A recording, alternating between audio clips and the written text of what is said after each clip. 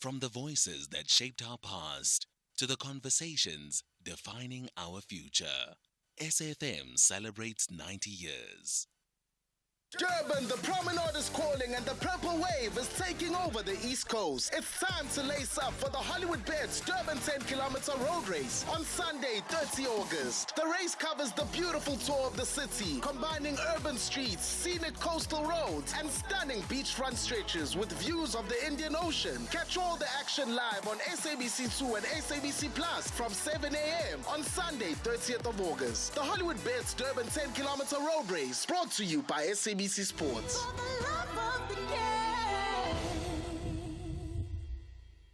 Moving to a bigger office space can be expensive. Thanks to My Way Business Insurance, I get to save up to 20% on my insurance premiums every month. Plus, I get My Business Assist, which helps me with marketing, legal, and admin services. Saving money while growing my business is a great win for me. Switch to My Way Business Insurance and save up to 20% on your monthly premiums. Real businesses, real savings. Call us on 0860 646464 today for a quote. My Way is a licensed non-life insurer and FSP. Standard rates and T's and C's apply. A nation changes, but the conversation continues. SAfm 90 years. Hi, my name is Sipati Precious Sazo and I am the Chief Operating Officer of the Women in Sports South Africa initiative. On behalf of our organization, I extend my warmest congratulations to SAfm on its remarkable 90th anniversary. For 9 decades, congratulations on this historic milestone.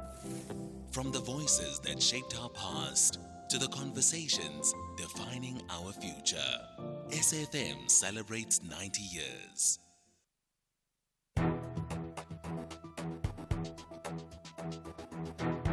The Daily Discourse on SAfm, weekday mornings from 9 to 12. Good morning and welcome to the Daily Discourse. Great to be with you on this Friday edition of the program. I'm Joanne Joseph.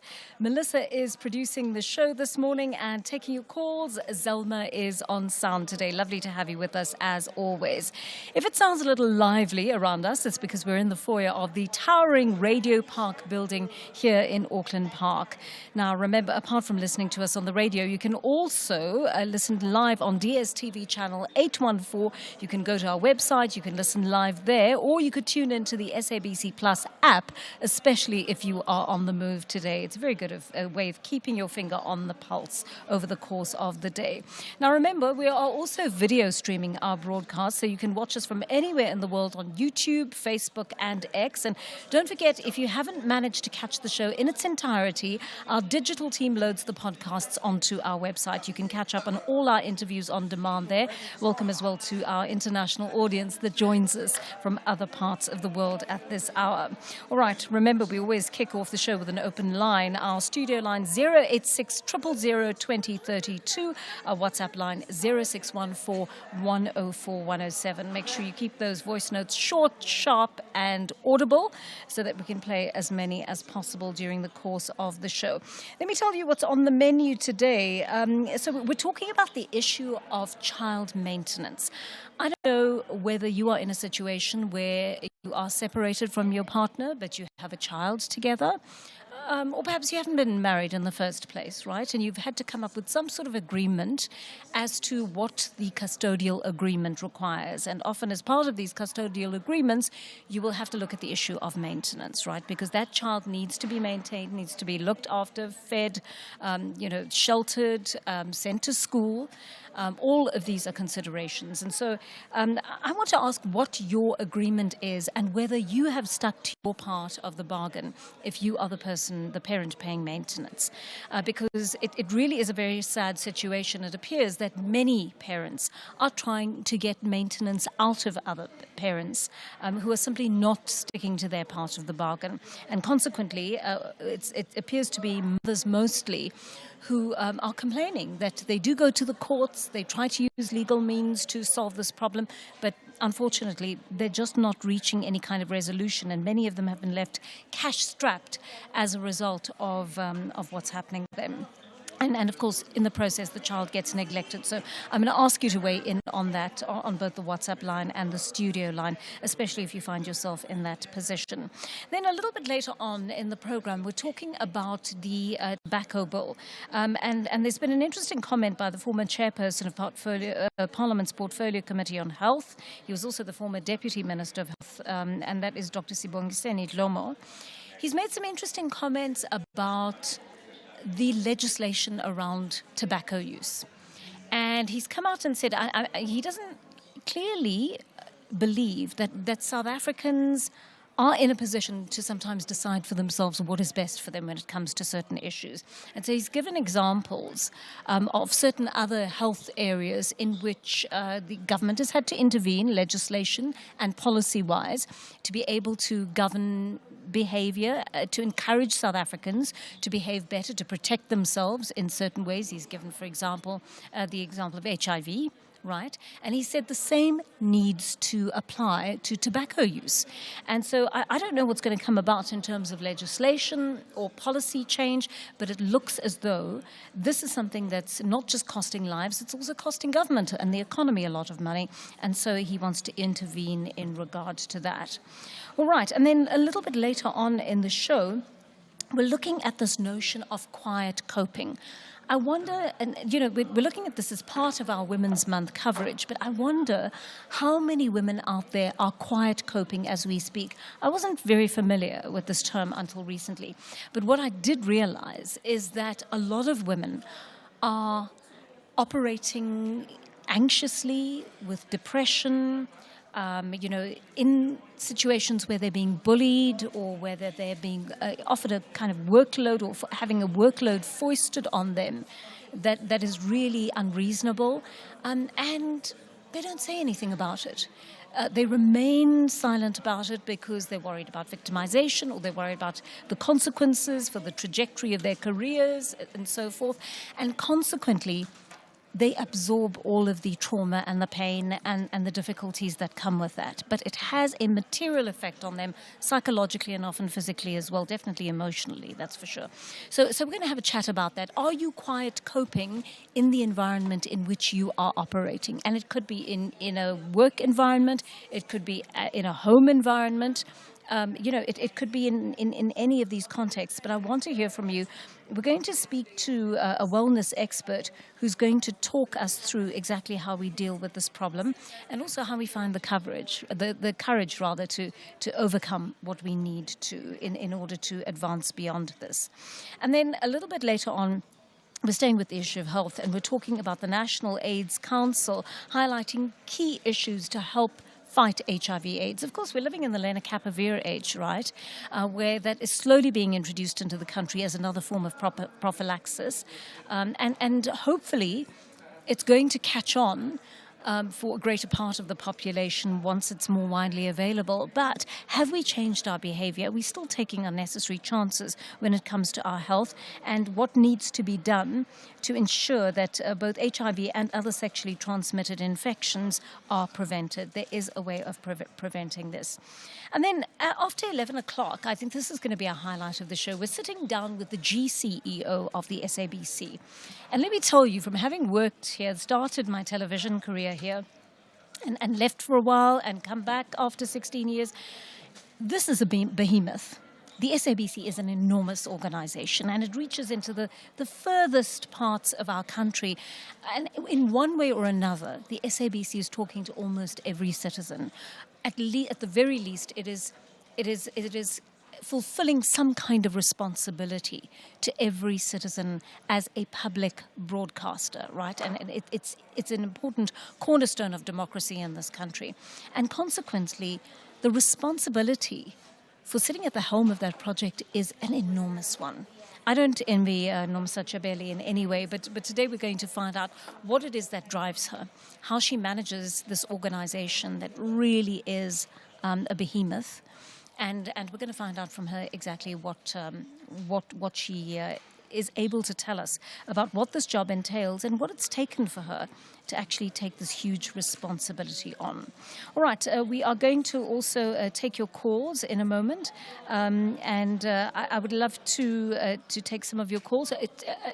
give me a sense of who's on the line here. Let's see. I think we have Sizwe in PE. Sizwe, good morning.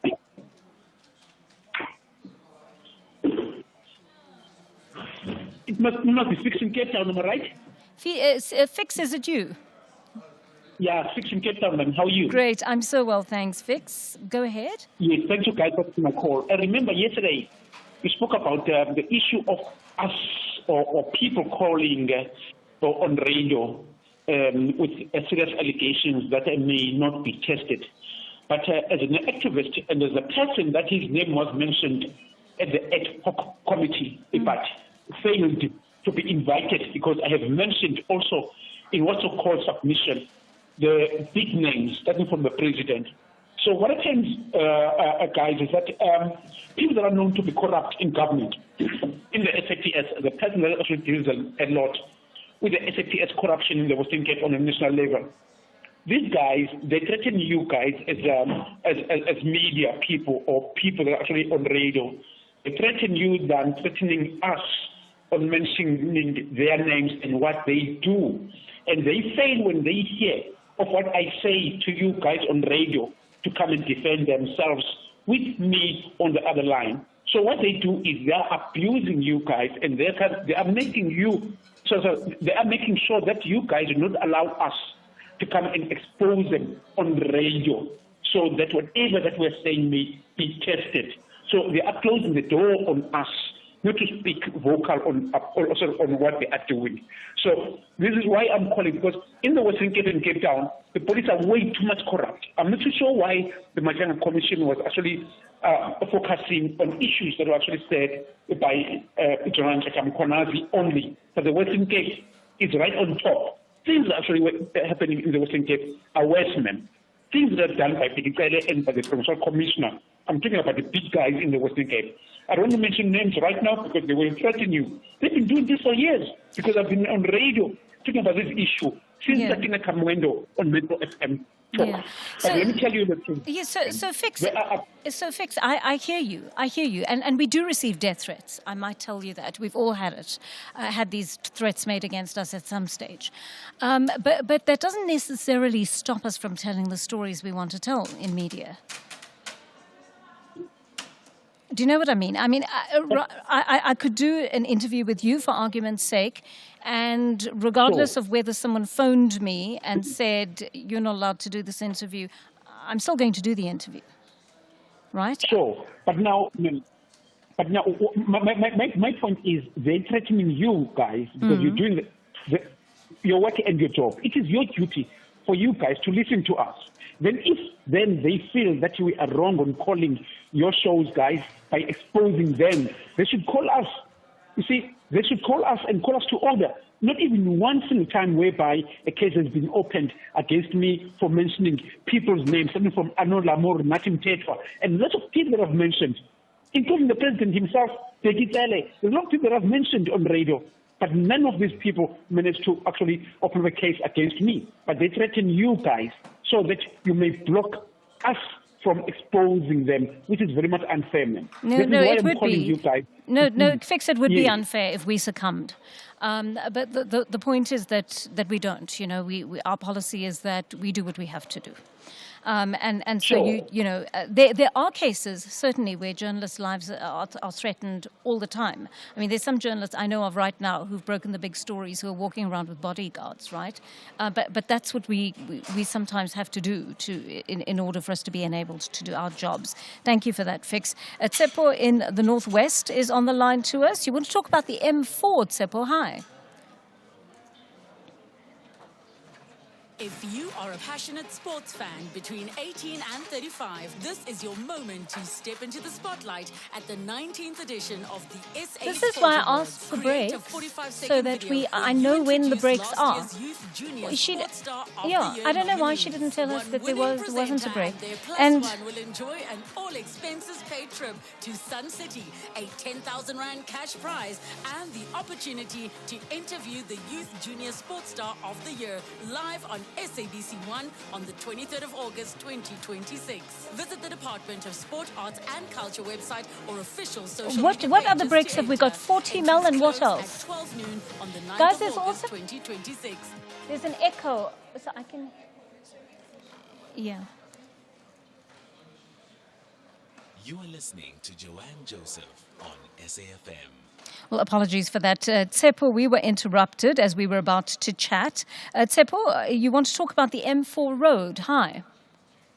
Yes, good morning, Joanne. Actually, yes, I want to talk about N4 road. And another thing that I want to talk about, it's about the Nokana Satellite Police Station. But let me start about N4. Okay. You know, since from yesterday till today, there are people who are protesting along N4. And remember, N4 is a national road that links our country and other SADC countries. Now people are protesting on that road, blockading traffic. They are complaining about this process of electing ANC councillors. They're saying they've been robbed in that process. Now they are taking their frustration to the road, and that thing alone is inconveniencing the motorists and other road users. And to my surprise, there is no one saying anything from the leadership of ANC. Now I'm hoping that someone from the ANC is listening to me as I'm raising my frustration to the radio station of SAfm. All right. Okay. Thank you. Thank you for that. Thanks for flagging that with us, Mandla, and Tsepo rather. If anyone else is traveling along that route, just let us know what you're seeing with that protest on the go. I'd be very keen to hear how it's developing, whether there's a police presence there as well, and what the protest is about. Mandla in Cape Town is on the line to us. You want to talk about migration, Mandla? Hi. I almost called you Madlanga there. Yes. Yeah, I am Madlanga number 2. Ah, okay, you know, okay. On the illegal foreign national.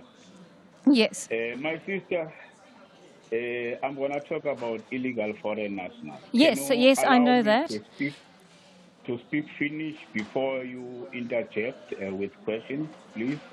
Listen, Mandla, when you start a phone call that way, I anticipate an issue, right? It means you're looking for a soapbox. Everybody's calling in to make a comment. They make a brief comment and they move on, okay? This is not a soapbox. So make your comment and please leave time for other people to also make their comments, okay? I'm just asking for you to be respectful. Yeah. Now, my sister, thank you very much. Now, my sister, you know, we are always told by these people who are benefiting a lot here in South Africa in terms of parliamentarians getting fat salaries and some people who enjoy the what you call BEE tenders and all that, and those people who are involved, politicians who are involved with these drug cartels and illicit cigarettes, money. They always tell us about, you know, brotherhood, that these illegal foreigners are our brothers. How can you call a criminal a brother? Because if you are in South Africa illegally, you are committing a crime. You should be called so a criminal. And all of us South Africans should rally behind that call to say, we as South Africans, the same that we unite when the Springboks are playing with All Blacks. We are all united against what you call All Blacks.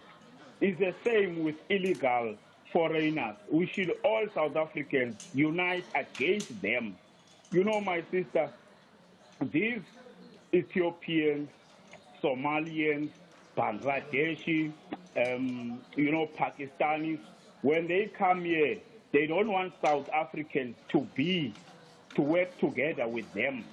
In these shops and these businesses that they are in, they isolate South Africans. So where is brotherhood in that? One stage they wanted to forcefully take a business of a young man there in Tembisa, you know. So they kidnapped him. So tell me, where is brotherhood in that? And these people that are supporting these illegal foreigners, calling them brothers from Africa and all that, they buried their head in sand when that young man was kidnapped for his business. They were nowhere to be found. Your Mbalulas, your Thabo Mbeki's former president Thabo Mbeki, and your Malemas, they buried their head in the sand. But once a South African do something bad to illegal foreigners, they all are out. The whole media is out there, calling them out. All right. Thank you. Thank you for sharing your opinion with us. We're going to take a call from David in Cape Town. Hi, David. Hi, good morning. I hope I'm live on air. Yes, we can hear you, David. Go ahead. Thanks, ma'am. I would like to just talk about the SAfm's birthday. Mm-hmm. I started listening to SAfm 21 years ago. I was in school at the time, and I was introduced by a friend. And almost virtually every day since then, I've been listening to it. But in particular, I have been positively impacted by Brian Hirsch's show, The Financial, I think it's on Tuesday. I started listening to it in 2012 and almost weekly. I just want to confirm that he used to speak about Satrix funds at the time. And of course, like every member of society, I cautiously listened to it. But after about 4 years, I decided to take the advice that I hear on this radio station into action. And I cannot disclose on air how positively that has impacted me and the people around me that have actually told that, hang on, this actually works. So I don't know Brian Hirsch. I only know him through this station and what the station does. As a trusted voice, I want to say thank you very much for the financial education. It has positively impacted me in ways I cannot mention on air, and the people around me, especially the matter of finance, Satrix funds in particular. I am so thrilled to hear that, David. Thank you so much for sharing that with us. We will pass that message on to Brian, I promise you. And thank you. Thank you for coming back to tell us about how positively you've been impacted by it. And it really is delightful to hear also that you've been listening for so long, and keep listening for the next 90 years. Okay, that brings us to just about 9:30 on the Daily Discourse. We're going to be taking more of your calls right after this. And remember that in the next half hour, we're also bringing you an update on this issue, or some analysis on the issue of child maintenance.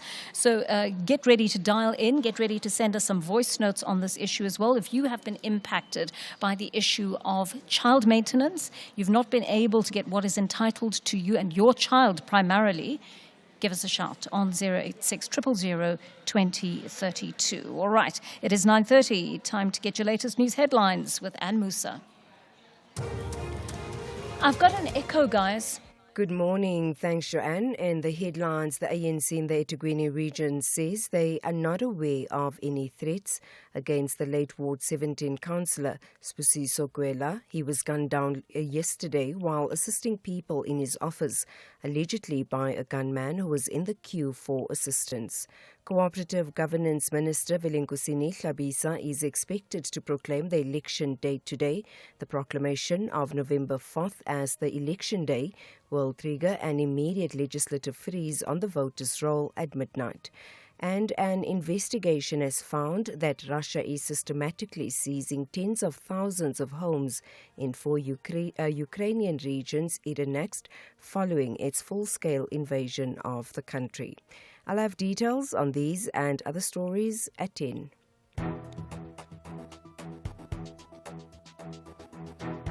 The Daily Discourse on SAfm, weekday mornings from 9 to 12. All right. It is 9:31 on the Daily Discourse. We're continuing our conversation here on the program, and we're going to soon tackle this issue of maintenance. But I want to take just a couple more of your calls at this hour. Let's see who we have on the line right now. We've got Benny on the line from Richards Bay. You want to talk about tobacco, Benny? Hi. Yes, morning to listeners across SA and the world. Yeah, firstly, I need to disclaim that I don't smoke. But the point in terms of, I don't know, World Health Organizations are the one who have implemented this as they advertise about tobacco. I find it being unfair, Like now in the crisis that the country is struggling with economy, that money, is for adverts. It was going to make a huge difference. We're going to take that money to assist the economy, maybe to pay in terms of the fuel. We're going to take that money to pay some other areas where we are struggling. My reason is this: to advertise is just to let people about this is the brand that I think is the best. To advertise, in my own understanding, is not to tell people that come and teach people to smoke. What do I mean now? Like now, we know that there are people who are smoking nyaube, which is a certain kind of drugs or whatever the case may be. How do they people get exposed to it without advert? Meaning this, advert does not only tell that there's a certain type of it does not teach people to smoke. It only tells people that this is the best brand that you can take regarding this. And it's not protecting that for the sake of our health, if to say so. If they were concerned, there is this kind of a drink which is a black, We heard every day that, they warn people so that they should not drink it. It has some side effects. There's a lot of consequences about it each and every time. You can visit to the doctor. They will tell you that why that drink is given a privilege to be advertised. If that a care is about for our health, why one is more,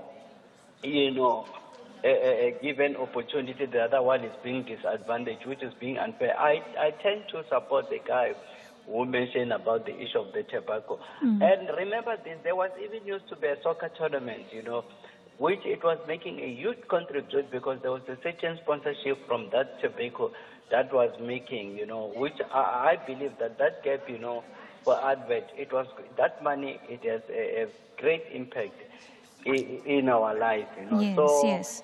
I don't know if I can be given an opportunity in Parliament to go so that the advert should come back. I think I have a strong point that I can bring so that the advert can come. And my advert is not about to tell people that come and smoke, but to tell them, let's leave it there, Benny. Thank you so much. I urge you to listen to that interview with the former Deputy Health Minister as well. I think he's going to have some interesting things to say about advertising and so forth. Let's take a call from Bonakele in Cape Town. Hi there, Bonakele.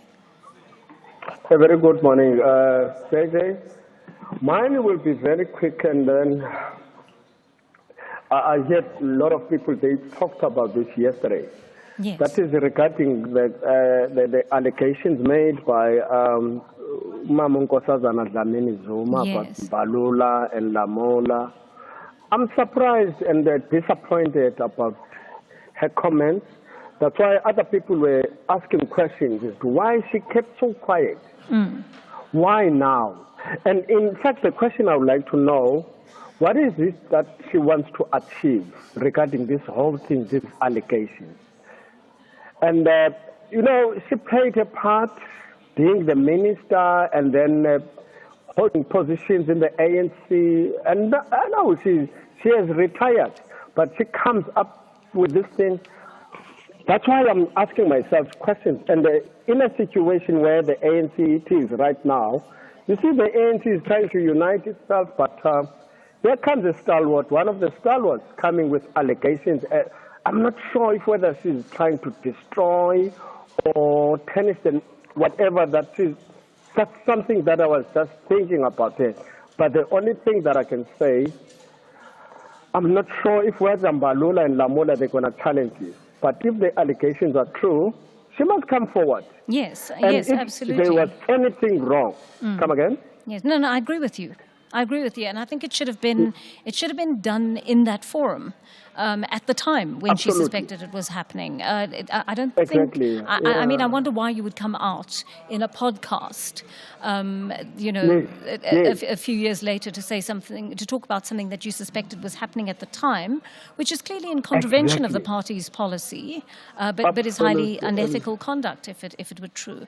So, yeah, Bonakele, thank you. Disappointed, of course, yeah. But I know for a fact the enemies are very happy, yeah. Thank you. Bye-bye. Thank you. Thank you for that call, Bonakele. We'll take more of your calls over the course of the show. We're going to take a short break now, and we'll talk about the issue of child maintenance when we come back. Every generation has a story. Every generation has questions. Every generation has a voice. For 90 years, SAfm has been part of the conversation. This August, we listen back to the voices that brought us here. We celebrate the people who shaped our journey, and we listen for the voices that will shape what comes next, including the launch of a new annual SAfm property. This Women's Month, we are in search of an SAfm woman. 4 extraordinary women, 4 extraordinary journeys. One question. What does it mean to be an SAfm woman? SAfm 90 years. Women, a new voice. 90 years of conversation. A nation story. Our shared future. From 1 August, SAfm. This Women's Month, South Africa marks a historic milestone of freedom, the 70th anniversary of the 1956 Women's March to the Union Buildings under the theme Empowered Women, Empower Nation. Join government on the 9th of August at the same Union Buildings as we honour the women who stood together for freedom, dignity and equality while celebrating today's women who continue to build our nation. The day will feature commemorative activities, cultural performances and messages of hope, unity and economic empowerment. Be part of this historic occasion. Watinta Bavazi, Watinti Mbokodo, a message from government. The Daily Discourse, more than talk, real understanding. Right, it is 9:39 on the Daily Discourse, heading for 20 minutes to 10 on the programme. And are you a parent who's been battling to get your child's other parent to pay maintenance? The problem seems to be fairly widespread. News 24's run an article about a mother who spent 13 years and thousands of rands trying to get her teenage child's father to pay, or rather her teenager's father, to pay 600,000 rand in outstanding maintenance. And despite her best efforts, the man hasn't been brought to book. Let's speak to Whitney Stevens, who's director at Whitney Stevens Attorneys. Ms. Stevens, good morning and thank you for joining us on the Daily Discourse. How widespread is the problem of unpaid maintenance? Good morning, Phil. Thank you for having me, and good morning to all your listeners. Look, this maintenance issue realistically is a wide question. In our instances, we've had several instances or cases where maintenance is not paid. And I'm having a little bit of difficulty hearing you, Ms. Stevens. What I'm going to do is put you back to Stanza, who is in studio for us, and I'm going to ask him to please call you back. Stanza, perhaps on the WhatsApp line, we might have a clearer line to Ms. Stevens. But I'm going to ask you to let us know while Stanza's busy getting Ms. Stevens back on the line, what has your experience been? And tell me whether you have had trouble getting hold of maintenance payments, even though there has been an agreement in place. All right, it sounds like we have Ms. Stevens back on the line. Apologies for that, Ms. Stevens. A bit of a bad line to you. You were telling us how widespread the problem of unpaid maintenance is. Thank you. Can you hear now? No, actually, it's no better. Stanza, can we please put Ms. Stevens onto our WhatsApp line or and one of our internet connections, because we do want to be able to have this discussion clearly and make sure that we're able to hear her properly. This is a very important issue. I mean, in this particular issue that News 24 ventilated in their article, for example, this mother has been using every means available to her to try to get this child maintenance. She has spent thousands of rands. She has brought court orders against him. She's gone to the maintenance court. She's gone to speak to maintenance officers to try to get some semblance of relief. And to date, she has not been able to succeed in doing that. And the man is simply getting away with not paying for his daughter's upkeep. So very, very serious indeed. And I believe, Ms. Stevens, we now, hopefully third time lucky, have you back on the line and talk to us about this problem of unpaid maintenance and just how much it occurs in our country. Thank you for having me, Fiona. Can you hear me clearly now? Yes, it's Joanne. Thank you, Joanne. Sure. Thank you for having me online, and good morning to all your listeners. Apologies for that. Yeah, it is a widespread problem. We do have that problem very often. And unfortunately, we've seen in cases that, a lot of parents have not received any joy or relief in this regard. It also depends on a lot of, several circumstances, the magistrates or the maintenance court's workload, any other surrounding circumstances, including whether parents or caregiving parents actually approach the court. And there are many other underlying circumstances that parents do face. And yes, it is a widespread problem. Right. What are the effects on the child when maintenance goes unpaid?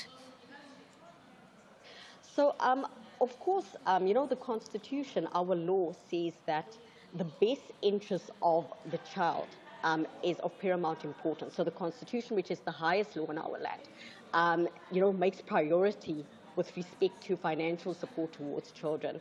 And you do find that in many instances, they do not receive any assistance or support.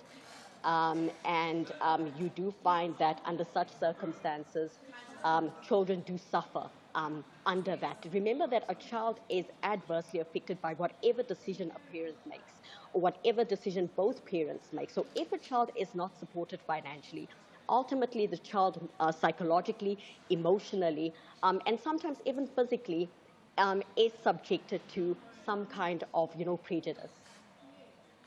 And tell me, yes, when you're going through the process of perhaps separating and you have to make a decision about how this child is going to be maintained, how is that maintenance determined, or how ought it to be determined, Ms. Stevens? Okay, so the courts would look at the surrounding circumstances. Something that I would point out to parents is that it often occurs that parents would make an informal arrangement amongst themselves with respect to the financial support of the child. We would not recommend that. We would recommend that parents actually approach the court to make that informal arrangement binding. Because once it's binding, a parent cannot avoid a maintenance. Ultimately, in every circumstance, a parent shouldn't avoid maintenance, but unfortunately, we have realistic cases where they do. And if they do approach the court with respect to arrangements around maintenance, when they do separate, it would make that order binding. And in so doing, if one of the parents defaults or fails to pay that maintenance, the other parent or grieving parent or caregiving parent can then approach the maintenance court to enforce that order. I'm wondering how accessible the courts are in this way, or how much relief people can actually get out of the courts, Ms. Stevens, because, look at this case that News 24 has quoted. The non-payment of maintenance in this case has risen to 600,000 rand. Surely the courts should have intervened by now. Yes, look, that is a reality and it is a challenge. However, we do find instances where the community or people in community would be slightly intimidated or somewhat intimidated by approaching the court. And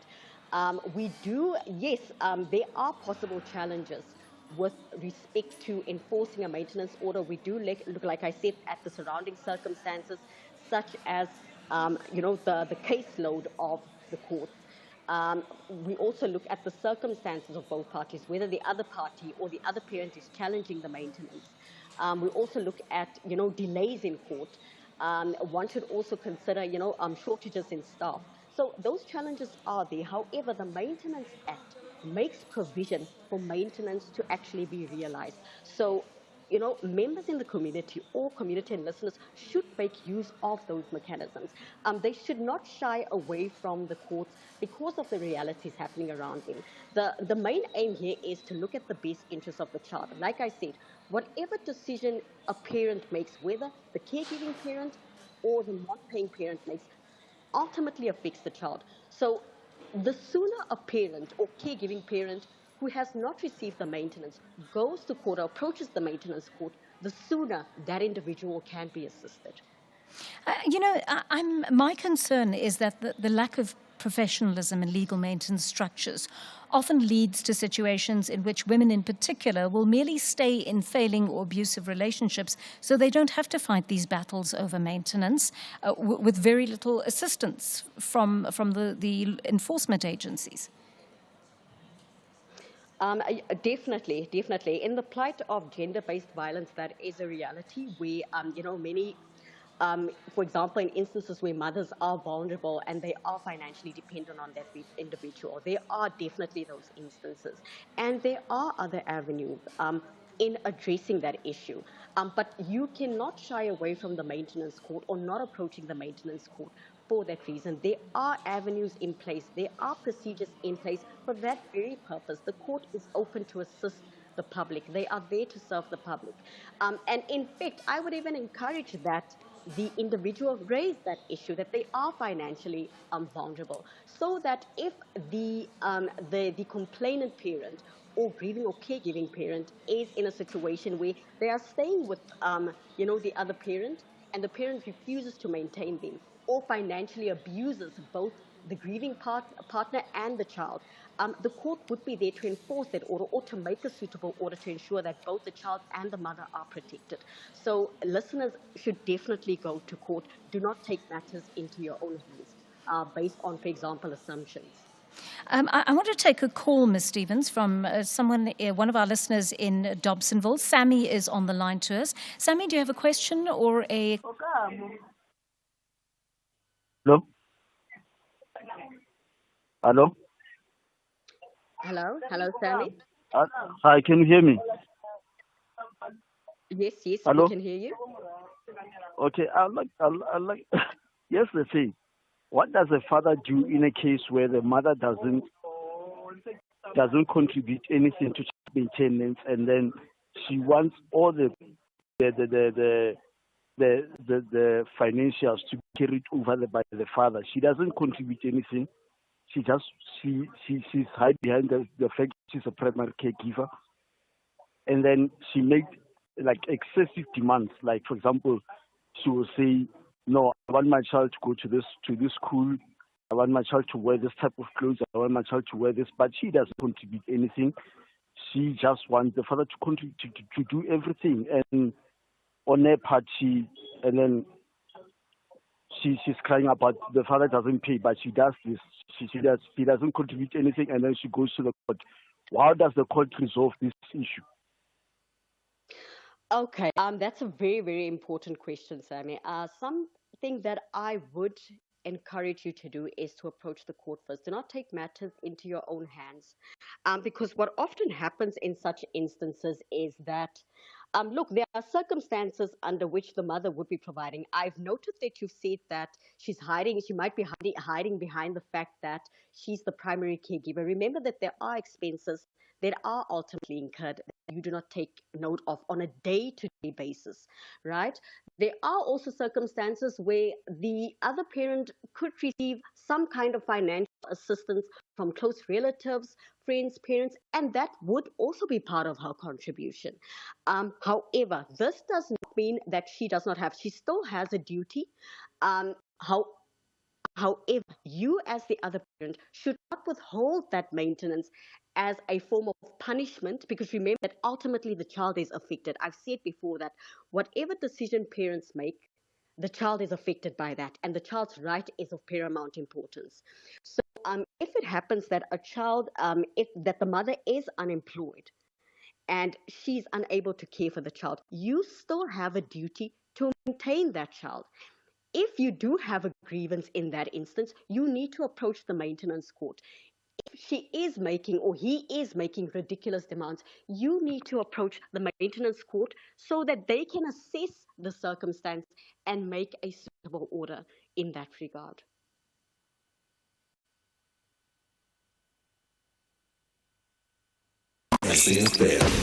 Reflecting on back we had then is the fact that yes, we have education now, but stuff like education being free is one of the struggles.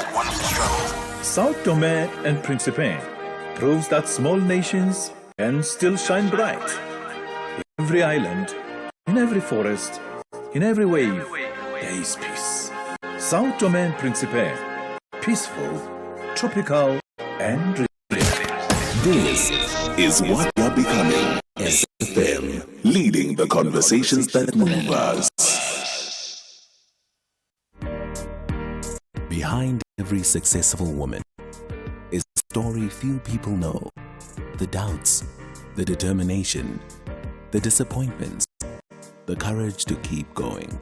This Friday, Joanne Joseph invites you into the personal journey of Nomsa Chabeli.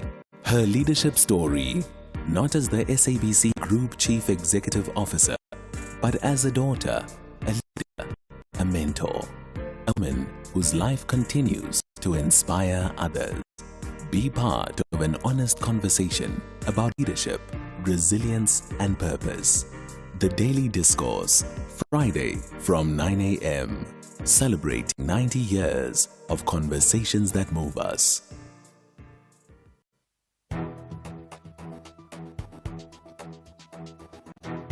The Daily Discourse on SAfm, weekday mornings from 9 to 12.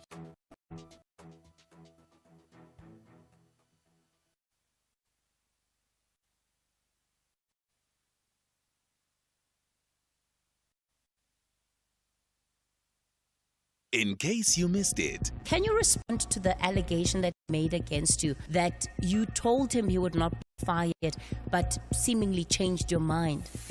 Leadership is tough. You've got to make decisions based on the facts before you. And if you're never prepared to change your mind, then you, by definition, are not going to be a very good leader forever. Is that a concession that you did, in fact, then renege on your word? I had to make a tough decision based on what was happening in agriculture that I thought was best for the party and best for the country. I'm going to take it as a yes. I stand by that. Gordon Lewis, the leader of the Democratic Alliance. That was National Briefing this morning with Kathy Mutlatlana. In case you missed it. Another type of attack I'd ask about is digital sextortion. How does that tend to be carried out and against who? You know, when we look at sextortion, criminals are exploiting something very human. They're exploiting fear and shame and reputational harm. And the criminal's objective isn't the image itself, it's that emotional leverage they create to pressure someone into paying quickly. And, you know, like I said, AI has dramatically increased the scale and the sophistication of that type of attack. DCSI, AI and digital policy expert. That was the Daily Discourse with Joanne Joseph. Cape Verde gained independence in 1975, a small nation that built stability, resilience and connection. Tourism, services, remittances power the economy, one of West Africa's strongest democracies. But challenges remain: drought, limited natural resources, and economic dependence on imports. Still, Cape Verde continues to shine through creativity. It was not a racial war at all. It was the black students against the system. This is what we are becoming. SAfm, leading the conversations that move us.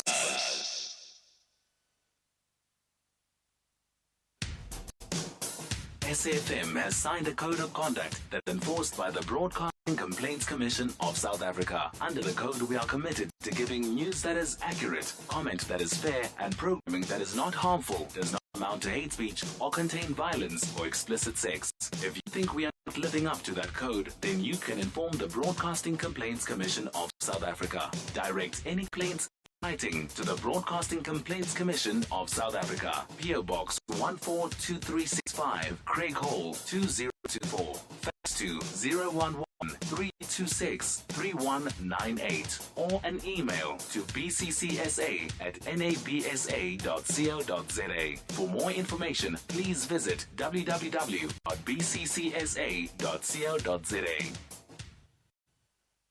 In case you missed it, the ANC has been opposing the introduction of this constituent system, and it has been using its majority in parliament to oppose the introduction of constituents. Well, as it now happens, the ANC has lost its majority in parliament, so I see the day when the parliament will hopefully vote and introduce the constituency system, and the ANC has no powers to veto that anymore. And that Moelis Mbeki is the chairperson of the South African Institute of International Affairs. That was National Briefing with Kathy Mutlatlana.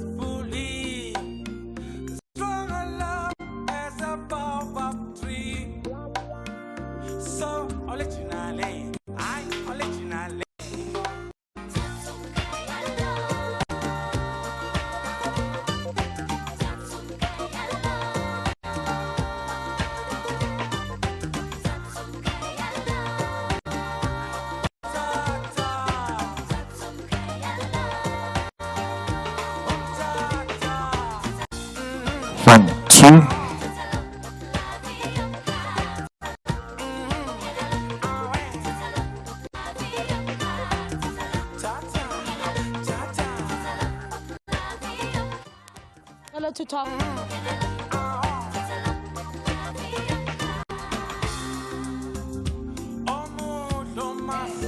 2 1 2.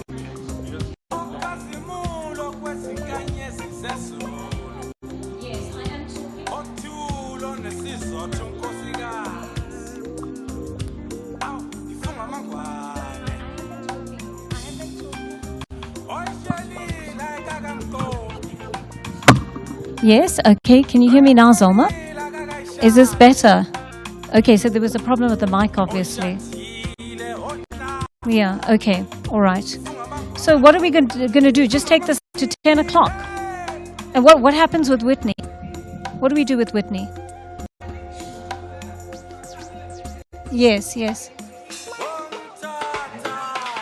We maybe just take that last question from our caller. Okay.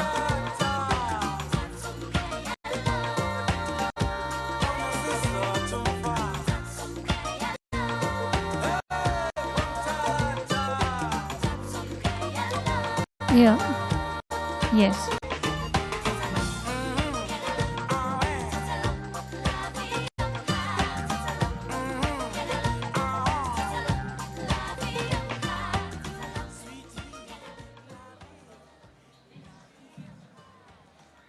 Apologies for that. We had a slight technical problem here, and we have now re-established our connection. So we're going to go to the latest news bulletin right now at 10 o'clock with Anne Musa. We'll continue our conversation about maintenance right after that.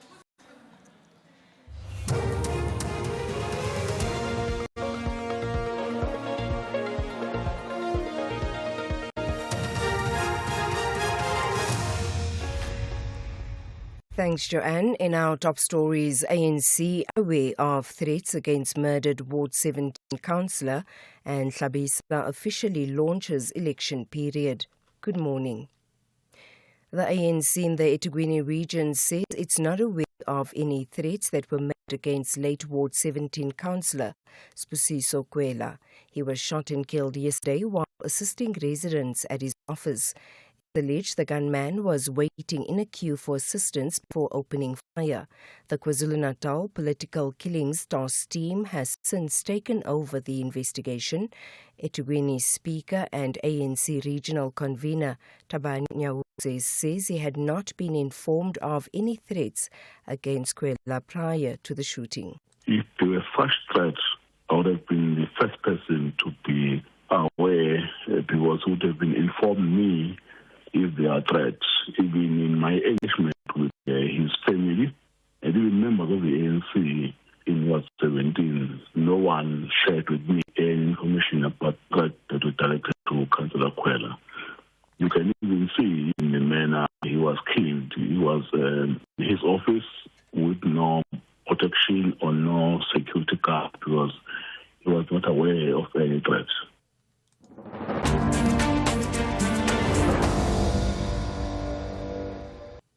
Cooperative Governance Minister Velinkusini Hlabisa has proclaimed the 4th of November as the date for the local government elections, formally launching the 90-day election period. The proclamation marks the first major milestone in the election calendar as political parties prepare to contest municipalities across the country. Hlabisa says eligible voters have until midnight to register.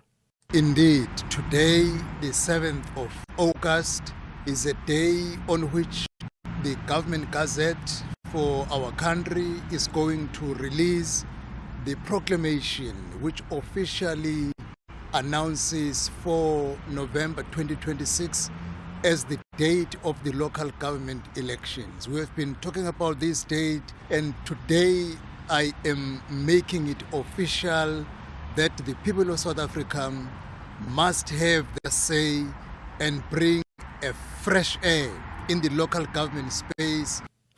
A Western Cape police constable is soon expected to be in the Mitchells Plain Magistrate Court on charges of corruption, kidnapping and intimidation. A second officer implicated in the case is currently in Gauteng and has made arrangements to hand himself over to authorities upon his return to the province. The arrests follow an investigation by the SAPS Anti-Corruption Unit into allegations the officers demanded money from a family in exchange for the release of a man arrested during a search operation in Mitchells Plain. Police spokesperson FC van Wyk. Western Cape Provincial Commissioner Lieutenant General Sizakele Diachi issued a stern warning to all members that corruption amongst the ranks of the Western Cape Police will not be tolerated. And if you find yourself on the wrong side of the law, you will be prosecuted. This follows the arrest of a 25-year-old constable attached to Mitchells Plain Police by members of the Western Cape Anti-Corruption Unit on Wednesday, the 5th of August, for corruption, kidnapping and intimidation. A man convicted of rape has been sentenced to 15 years imprisonment in the Tzaneen Regional Court in Limpopo. He raped a family friend and neighbor in August last year after threatening her with a knife. NPA spokesperson Mashudu Malabi. The Tzaneen Regional Court has sentenced a 42-year-old man from Moruti village to 15 years direct imprisonment after he pleaded guilty to raping a 34-year-old family friend. The court had the offence happened in August 2025 when he entered a home at night, threatened her with a knife and raped her. The accused was also declared unfit to possess a firearm.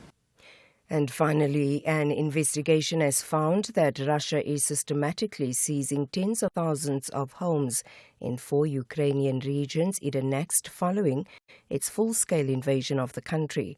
The BBC has analysed hundreds of publicly available documents outlining how occupying authorities are taking away Ukrainian homes. The BBC's Olga Robinson reports. Using official documents were identified more than 34,000 homes which are in the process of being seized. Many of them belong to Ukrainians who have fled the fighting. The practice has been endorsed by the Russian President Vladimir Putin, who signed a law formalizing the scheme late last year. To try to get their property back, Ukrainians are required to obtain a Russian passport and to return to occupied Ukraine in person to prove their ownership within 30 days. Ukrainians we spoke to said this was neither safe nor possible. The Russian government said the scheme managed properties whose owners could not be identified or contacted while providing compensation should lawful owners come forward. Recapping the top story, the ANC in the eThekwini region says they are not aware of any threats against the late Ward 17 councillor, Spusiso Kwela. He was gunned down yesterday while assisting people in his office, allegedly by a gunman who was in the queue for assistance. For SAfm News, I am Anne Musa. 90 years of conversations, recaptured, relived, and projected.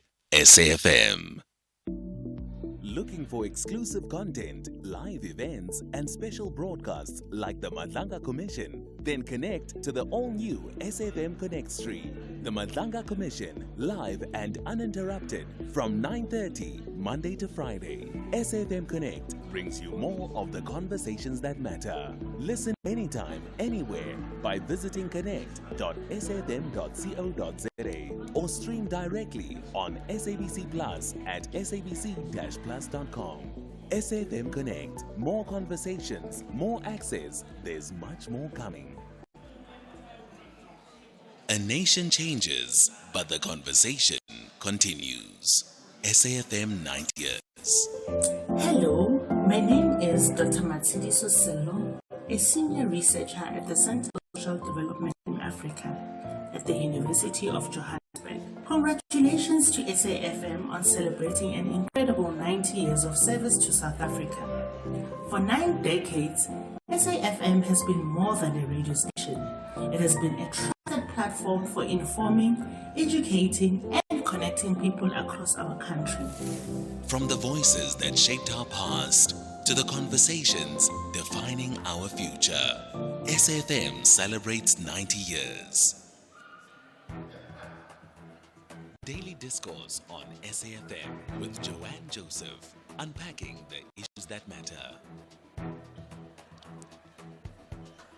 The Daily Discourse on SAfm. 8 minutes past 10. Good morning and welcome. Thank you so much for joining us. If you're joining us in the second hour of the show, lovely to have you along. This is the Daily Discourse and I'm Joanne Joseph. And of course, as I mentioned earlier, we are in the same building, but we're sitting in the foyer area for a change today. And that's because after 11 o'clock, we're going to be having an interesting conversation that we're going to be video streaming, as is the rest of the show, with Nomsa Chabeli, who is the SABC G CEO, the group CEO. And so you're going to have a chance to send through your messages as we have that conversation a little bit later on. But at the same time, we're doing a lot more in this coming hour. Firstly, we're finishing our conversation with Whitney Stevens. She is an attorney and she's been talking to us about child maintenance. Unfortunately, the gremlins crept in a little while ago towards the end of the previous hour. So we're going to try and claw back some of that time. And I'm going to take one of your calls. And then we're talking about the issue of the tobacco bill in this half hour, as well as the issue of quiet coping. And I want to hear from you on both of those issues. 086 000 2032. And of course, you can send us a message on our WhatsApp line, 0614 104 107. All right. Right now, let me get back to Attorney Whitney Stevens. And one of our callers, Becky, was very patiently waiting to ask his question. Becky in Bombela, good morning. What was your question for Ms. Stevens about the issue of maintenance? Just good morning to you. I'm a child maintenance officer of the court. It's just that I was so touched when these issues were ventilated. And I just wanted to add on what my learned colleague have said with regards to maintenance. Yes, go ahead. Yes, it is always a two-way stream responsibility. It is not a responsibility for one party. But the best interest of the child is the principle that the court look at. As she has correctly said, that one cannot withhold maintenance simply because he wants to suffocate the other person. Both parties at the end of the day must look at the interest of the child so that maintenance at the end of the day must be paid according to the affordability of the party who must pay maintenance. I just wanted to contribute on that, Joanne. Thank you very Becky, much. lovely call. Thank you for that. And Ms. Stevens, I'm sure you'll agree here that, committing oneself to a contract and sticking to that contract as far as possible in the interest of the best child is paramount, is it not? Thank you, Joanne. That is correct. Something that I would also like to take from my colleague is that we do find instances where, if the parents are in conflict, for example, if one parent is unemployed, the other parent is employed, or we find instances where the one parent is refusing excess to the non-paying parent against whom maintenance is sought. You do find that excess is withheld from the parent against whom maintenance is sought as a form of punishment for not paying maintenance, and vice versa. You do find instances where the maintenance against whom the father is sought, where he decides not to pay maintenance because he doesn't have access to the child. And what listeners need to understand is the child is ultimately affected by such behavior or such conduct, right? So this is why, my learned colleague said that the child's interest is of paramount importance. Parents should keep away from making decisions that would punish the child as a means or measure to punish the other parent. Because ultimately, like we said, the child is adversely affected, whatever you do. And this is why I keep emphasizing that. Whatever decisions parents make comes down to the well-being of that child. This is really important, and I think this is the final thought that we should close with. Thank you so much for speaking to us today. That is attorney Whitney Stevens joining us there. Well, I'm going to jump right into our next topic due to the time constraints here. IOL telling us that government laws on smoking may soon undergo a major overhaul. Parliament is about to begin poring over the Tobacco Products and Electronic Delivery Systems Control Bill. Former chairperson of Parliament's Portfolio Committee on Health, Dr. Singiseni Dlomo, says government needs to introduce measures to reduce harm as it's done in other areas of health. Dr. Dlomo joins us now. Dr. Dlomo, good morning and thank you for your time on the Daily Discourse. In what ways do you think tobacco laws need to be adapted to better protect South Africans?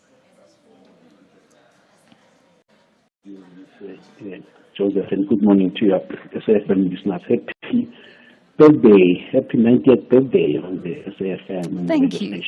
Thank you very much. Yeah, I'd like to start by maybe sponsoring a proposal that says that public health approach is that we must be anchored on saying no one should be left behind. Really meaning literally no one should be left behind. So in really making, and then my contention is based on it's advisable for lawmakers, politicians and all to have regular interactions with scientists. In my case, it will be health experts, because if you do so, you are likely to be really dealing with health policy and practice that are led by science. And we will then be formulating regulations that will be accurate enough, fair enough, and evidence-based enough, because laws that improve the health outcomes is what we desire. So that was actually what happened, and I changed my mind when I met and listened to the experts who make a presentation. But Mr. This is not something different and difficult to understand, because our country is where we are today because there was a time we listened to say, people with HIV, what do we do to actually not throw them out of and say they don't exist? So let's offer them condoms. What else do we do? Let's actually find that there are people who are saying there's medication called ARVs and it works. And there's also male medical circumcision. So I don't know how much, whether you could recall that people who were HIV positive were sometimes asked not to fall pregnant. They were asked not to fall pregnant because the viral load was very high. But until and unless you are saying safe now, because we have reduced your viral load is so insignificant, you can also fall pregnant. So those are very risk-reducing programs that we're dealing with HIV. I also think we should adopt the same when it comes to the issues of tobacco. And I'm glad that the current chairperson is actually leading it in that space to say, harm is not a very scientifically sound proposal. Yes. So let us differentiate and be able to say there are certain products that are less harmful than others, and therefore we would advise South Africans and the people in the world to stop smoking. If they can do so, well and good. But if they can't stop, let us actually say, what do we do as measures to reduce the impact of actually having the tobacco in their bodies? I mean, among other things, if you don't smoke, you actually are going to be a second. If you do smoke, you also have cigarettes in your lungs and also can cause cancer, and also the people next to you. But if you don't and use any other products of nicotine which is without smoking, then that risk is significantly reduced or eliminated. So that is the approach that is what you're saying. Yes. So sorry to come in there, Doctor. I just want to know what would be a less harmful alternative to tobacco usage, and what would be the kind of policy changes that you would propose introducing to produce less harm? There are products that are out there, and the countries that are leading. One is Sweden. Very soon Sweden is going to be declared as a smoke-free country because people, they still use nicotine, but it is packaged into either pouches or in some vapes, though I'm really not favoring vapes, at least for young people. But that is so that you can actually get into the car in Durban, put something under your tongue, drive your car with the family, children, and nobody will ever know that you are getting nicotine into your system because you so much prefer to have nicotine, but it is so user-friendly. So we want to separate, and I'm glad that the current portfolio committee is dealing with the non-combustibles versus the combustible, to say let's move away from combustibles as a country, as a world, because then falling short of saying people stop smoking, what do we do to get them into some less harmful processes and products? So those are the ones that are there considered as a group of non-combustible versus combustible ones. All right. I mean, you've been traveling around the country speaking to citizens, Dr. Dhlomo. What have they been telling you about what they feel needs to change about this legislation? Very important, Ms. Joseph, that we traveled during the time one was a chairperson of the portfolio committee. We went into 27 municipalities, and we then got over 9,000 people who came in and attended those meetings. About 1,100 of those spoke to us in the meetings, and we then also received about 40,000 submissions in Parliament, and 52 requested to come and make presentations virtually to us in there. And therefore, the process of listening to the stakeholders is actually critical. That is where some of us got educated. We went there with a very orthodox thinking to say this, it is either black or white. Now, we were educated to say no, but there is this view to say there are products that are actually containing nicotine. Some of them are less harmful than others. Why don't we say, falling short of getting people to quit if they are not able to channel them to say maybe they are these less harmful products. Someday they will completely cease to use nicotine. But nicotine is a drug that makes them feel cool, that makes them feel this, that, and the other. But if it is packaged in a less harmful way, not with the carcinogens that actually cause cancer that are in tobacco and the smoke, the better we're going. And that is what most of the countries in the world are going towards, to become smoke-free countries. Sweden is one of them. And that is what we advocate, to say, we want to say, let us reduce the risk that is brought in by taking this product, and not completely saying it's gone. We must rather be clear, it's not completely eliminated, but it's significantly reduced. All right. Thank you so much for speaking to us today. That was Dr. Sibongiseni Dhlomo, who is looking into the issue of the tobacco bill. When we come back, we will continue the conversation. We're going to be speaking to the CEO of the Tobacco, Alcohol and Gambling Advisory Advocacy and Action Group. You can become a victim of a legal problem: wrongful arrest, assault, uncontested divorce, rental disputes, maintenance matters, or labor problems. It can happen to you. Yes, I'm fine. Clientele Legal Thanks, provides Mel. tough Is it professional Zell? lawyers for an Zell? affordable monthly premium. Zelma? Our legal Yes. team is standing by to assist you 24 hours a day. Join today. Okay, thank you. SMS SAFM to 32195. Yes, That's SAFM to just watching 32195. Clientele General is an authorized FSP and licensed non-life insurer. T&Cs online. Standard rates apply. Drivers, winter fatigue creeps in faster than you think. That heater may keep you warm, but it can also make you drowsy. Crack window. Take your rest breaks seriously. Stay fresh, stay focused, because when you're behind the wheel of a heavy vehicle, fatigue doesn't just risk your life, it risks everyone's. So stay alert, stay visible, and stay safe. Just mention that she said she's a private. Before there was the SAfm You Know Today, there was the English service, there was Radio South Africa, Radio South Africa, and there was a country going through extraordinary change. Hello.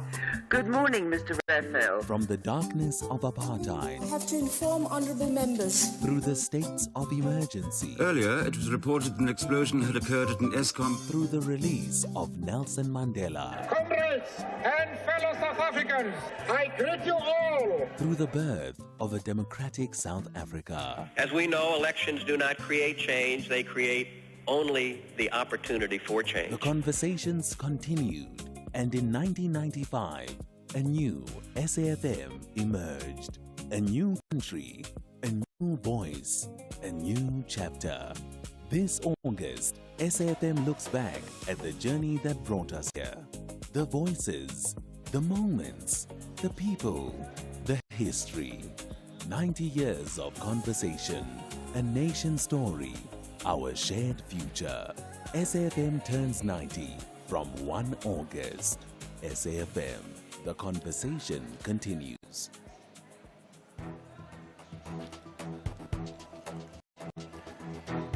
The Daily Discourse on SAfm, weekday mornings from 9 to 12. Right, we are continuing our conversation at 10:22 on the Daily Discourse about the issue of the tobacco bill. If you have been commenting on that, and if you would like to share with us what your thoughts are on how policy should be changed to manage this, and the term they're using is they want to find a way that will result in less harm for tobacco users. And Dr. Sibongiseni Dhlomo has been telling us that it's been done in certain other areas involving healthcare, involving HIV, for example. And so we think we need to continue legislating around that. I want to bring into the conversation now the CEO at the Tobacco, Alcohol and Gambling Advisory Advocacy and Action Group, Peter Uko. Peter, good morning, and thank you so much for your time on the Daily Discourse. So give us a sense of what your stance is on this bill and what is happening to actually develop it further into something that produces less harm. Firstly, the tobacco industry is quite adept at defining the 3 Ds: delay, distract, and dilute. They've managed to delay the bill for a long time. That's history. Now they distract everyone, especially the politicians and parliamentarians who have to make the decisions, by throwing in this curveball, the blinder of harm reduction. And the result of that will be that the legislation will be diluted. Now, I like Dr. Dhlomo. He's a good fellow, he was a good chairman of the Health Committee, but he sounds like the tobacco industry talking their points. So the parliamentarians, the politicians, many of them have just bought into the dialogue of the tobacco industry. One of them said, we want to encourage people to use less harmful tobacco products. But that means, from an industry point of view, please continue to buy our products and make us rich. And by the way, we don't care if you die. Dr. Dhlomo quoted, for example, HIV. If you're positive with HIV, you can use antiretrovirals and medication. And he calls that harm reduction. That's not harm reduction. That's medication to treat a condition. And if you do the treatment correctly, it's likely that you won't develop full-blown AIDS. So those are blinders that come from the tobacco industry. Less harmful products, I don't know what there is. For example, imagine, and I use this example, imagine you're standing on the motorway and it's a small little car, small 4-seater, weighs maybe a ton, and it's going 60 kilometers an hour and it drives into you. Now imagine you're standing on the same motorway and a 25-ton truck comes and it's going 100 kilometers an hour and it runs into you. Which way would you be less dead? You can't reduce harm by saying, okay, we'll hit you with a small car at a lower speed or a big truck. It just doesn't work. Nicotine is addictive. And the end of the day is if you could get everyone to quit smoking and nobody to start, we win. You know, Mr. Hooker, I hear you. I hear exactly what you're saying. But aren't we turning it to a nanny state where we're essentially dictating to people who are living in a democratic society and have the right to choose, what they should be doing and how they should be handling their own health and what they put into their own bodies? I mean, we do have to legislate up to a certain point, but surely we can never completely eradicate the use of nicotine. People will continue to use it. So surely we should simply create conditions that make it less harmful for them to use. We can eliminate the use of nicotine. It's been done in various states in America and towns and in cities in the Philippines where they've gone nicotine-free. One of the techniques we used was the tobacco-free generation. We want to get into South Africa and say, everyone born a certain year, let's say 2020, is not permitted to buy a tobacco product of any sort, any nicotine. So eventually those people become adults, they cannot buy cigarettes, they're non-smokers. What we are doing now is, and by the way, if we can the trick is to get nobody to start smoking, because eventually all smokers will either quit or die. Then the tobacco industry's lost all their customers. The only way they can keep in business is to get people to continue smoking. And one of the ways they do that is by saying, use a less harmful product. Now, it's very well known that these electronic nicotine delivery systems that we romantically call vapes. Now, it sounds very nice. We just go outside and we vape. They've got all sorts of wonderful, exotic, delicious flavors into these vapes. Of course, there's nicotine, and you get addicted. And the science, and Dr. Glomo said, let's follow the science, and that you can only follow that if it's not provided by the industry. That you must be careful of. The scientists that are paid by the industry will give you half information, and that's been proved very recently in America with Dr. Fauci. I don't have to quote that. He was quoting science all the time. Now it's come out that he was lying. He had other science, but he didn't tell you about that. He only told you about the science that suited him. So we have to look at the real science. And the real science is that young people who are maybe 5, 10, 15 years old start smoking, or start using these electronic devices that we romantically call vapes, and they get addicted to nicotine. That's what the industry wants. Then the industry wants them to continue either using heated tobacco products, so-called less harmful, which they aren't. They're going to kill you just the same, maybe take longer to do it. And then those who get addicted to nicotine can't get their drug supply from those devices. They need more and more of their drug. So they start smoking combustible tobacco products like cigarettes. And that's the harm. That's harm creation. It's not harm reduction. Eventually, we want everybody to stop smoking. All smokers will quit or die. Okay. If we can get our young people, because remember, at 10 and 15 years old, their brains are not fully developed. They can't make informed choices, adult choices. That's nonsense. We get them to try these like fancy products. They get addicted to nicotine, and then the tobacco industry has got a new customer to replace the other ones who die. I'm going to thank you at this point for your input there, Mr. Uko, CEO at the Tobacco, Alcohol and Gambling Advisory, Advocacy and Action Group. I'll take a very quick call from our caller, Tabiso in Bloemfontein. Tabiso, a quick comment from you before we go to the news, please. Joanne, how are you? I'm well, thanks. Go for it, please. We're under time pressure. Joanne, there's a lot of things that I disagree with the latter speaker on. Mm-hmm. Because, look, there's a lot of things that are happening. We can't now base our argument on what is happening in other countries. One, in our country, we have a lot of corruption that is happening based on, why am I saying that? There's a lot of illicit. What happened with COVID when legal tobacco was banned, illicit took a very huge rise where you find it almost everywhere. So my issue is, let government deal with the illicit tobacco first, which they're losing billions and billions of rand. And also, they're also neglecting what people are saying. People are saying, don't take away our choices. Tobacco, yes, it does harm you, but somebody can get into a car and drive drunk and kill a whole lot of people. Tobacco harms the one person who's using it in most times. So we need to balance what other people choose versus what other people want to choose for other people, basing things on what is happening in other countries, Sweden and all of that. Let's first deal with the corruption that is happening in a country where we lose in billions because of illicit tobacco. Then we can come into talking about reduced harm and all of that. But the main factor here is illicit tobacco, because of what is happening with the laws and whatnot, is taking over more than the legal one. All right. Thank you. Thank you. Very, very lovely call there. I think it's going to at least spur discussion in terms of what government's responsibilities are, also what our responsibilities are to take care of our own health as citizens. That brings us to 10:31 on the Daily Discourse. Let's catch up with Ondela Mbana, who has your latest news headlines. Thank you, Joanne, and a very good morning. On the news headlines, the ANC in the eThekwini region says they are not aware of any threats against the late Ward 17 councillor Sibusiso Kwela.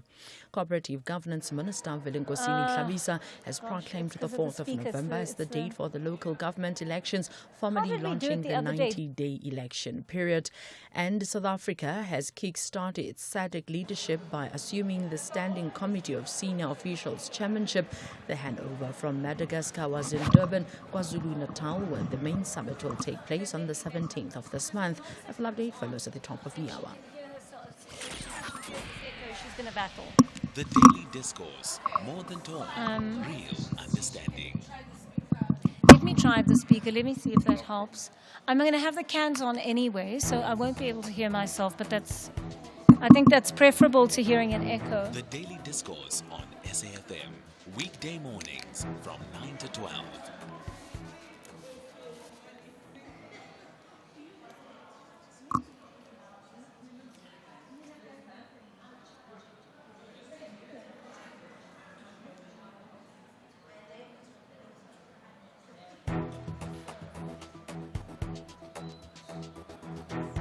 The Daily Discourse on SAfm. Yes, can you hear me? Mornings from 9 to 12. Why would I? Yeah.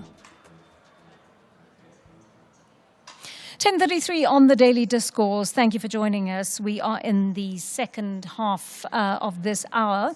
And essentially, this half hour, we're talking about the issue of quiet coping. We're calling it the hidden mental health cost of silence. And this is essentially being had, this conversation, in the context of women who go about quiet coping. They don't talk about the difficulties that they're experiencing. It may be happening in their households, it may be happening in their workplaces, but they're simply absorbing what is happening to them.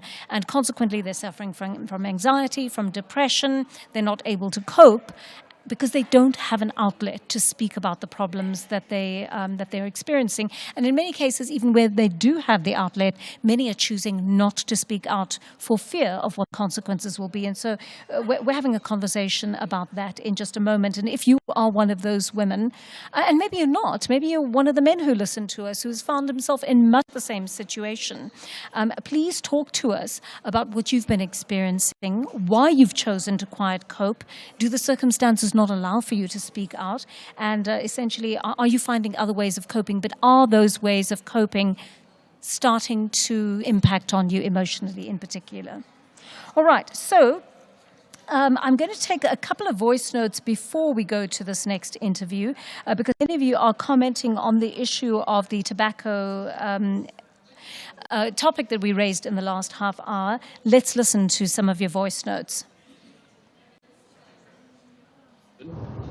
I'm listening to the doctor speaking. Very good points. Those people that are smoking are essentially committing suicide, right? But if you're committing suicide, can you do it by yourself and not kill other people as well? Yeah, Joanne, you see, tobacco is as dangerous in our body just like liquor. Just ask your guest, why did they allow now the liquor stores to open on Sundays? It was okay before that, but now why on Sundays? In other words, they are exacerbating the damage that the liquor is doing in our bodies. Thanks. It's really here in Kumba. Oh, okay. All right, and keep those messages coming in. Of course, our studio line remains open, 0866. So let me give that to you again, 086 000 2032. And of course, our WhatsApp line is 0614 104 107. Okay, let's get right into our next discussion. I wonder if you're a woman who's ever engaged in the habit of quiet coping. We don't talk about it much, but we thought Women's Month would be as good a time as any to speak about the silence that many women carry through toxic workplaces, toxic relationships, abuse and institutional harm long before they reach breaking point, and the truth about what they've been enduring eventually sees the light of day. Let's speak to CEO of the Mental Wellness Initiative at this hour. Tracy Lee Courtson joins us. Good morning to you, Ms. Courtson, and thank you for your time on the Daily Discourse. Take us a little deeper into what exactly quiet coping is. Morning, Joanne. Thanks for having me, and morning to all the listeners. Joanne, quiet coping is sort of the cumulative effect of a whole lot of unspoken expectations that are heaped on women.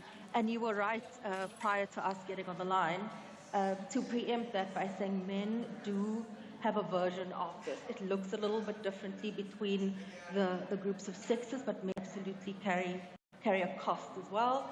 But in light of it being Women's Month, let's talk to the women in the room. We have so many unspoken expectations that we carry. The burden of womanhood, including child raising, maintaining a home, going to work. You're a chef, a nurse, an educator, a housekeeper, an au pair, and the list goes on. There's a bunch of research that says women put in an extra 2 to 4 hours of work, unpaid labor a day, in addition to full-time work. And that's not even counting women who are, quote-unquote, stay-at-home moms, which we know means you're on 24 hours a day. There's no opportunity to switch off. And we're socialized to suppress our own needs for rest and restoration in favor of meeting everyone else's needs. So when we talk about quiet coping, it is that cumulative effect that eventually leads to huge emotional strain, stress, illness, and burnout. It's very worrying indeed. Do women tend to engage in quiet coping more than men? I think it looks different, and I don't think it's more than men, but the socializations are different. So the expectations for us is that when you choose to become a mother, there's a great deal of secret sacrifice that happens that is not ever counted. So I'll give you an example. Just the hormonal costs of carrying a human being. So let's add it up. Pregnancy, childbirth, loss of a child, so miscarriage, abortion, breastfeeding, all of that puts such a hormonal toll on the woman's body, and you're on a roller coaster. Then let's add menopause some 3 decades later.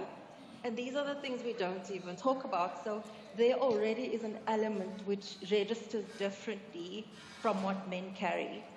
But no one talks about just the emotional component of showing up every day and producing and raising humans. We're just supposed to accumulate that and never really talk about what it costs emotionally, psychologically, and physically. And that's just to produce new humans. That's not even the laundry and the dishes yet.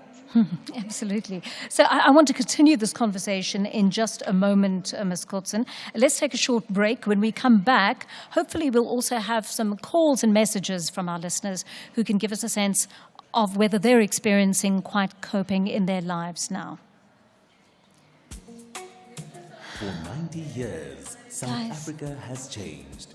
Governments have 1.5 hours and we can't Generations get the have problem changed. sorted out. Technology has changed. But through it all, one thing has remained. It's worse. It's worse than, From the voices of yesterday. I don't know what you need to do. I'm not a technical person. You need to tell me what you need to do to fix this problem. No, the problem is until the start of the World Summit in Johannesburg. Now, most people are aware of the summit's goal. It's a delay, and that's what it is. That she has really paid a very big price for taking up music.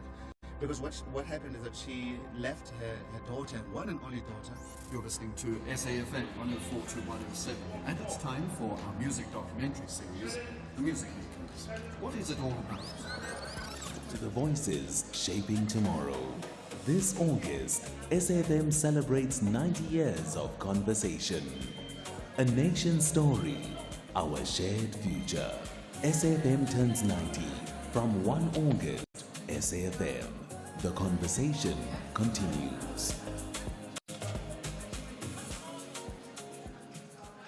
From the voices that shaped our past to the conversations defining our future, SAfm celebrates 90 years.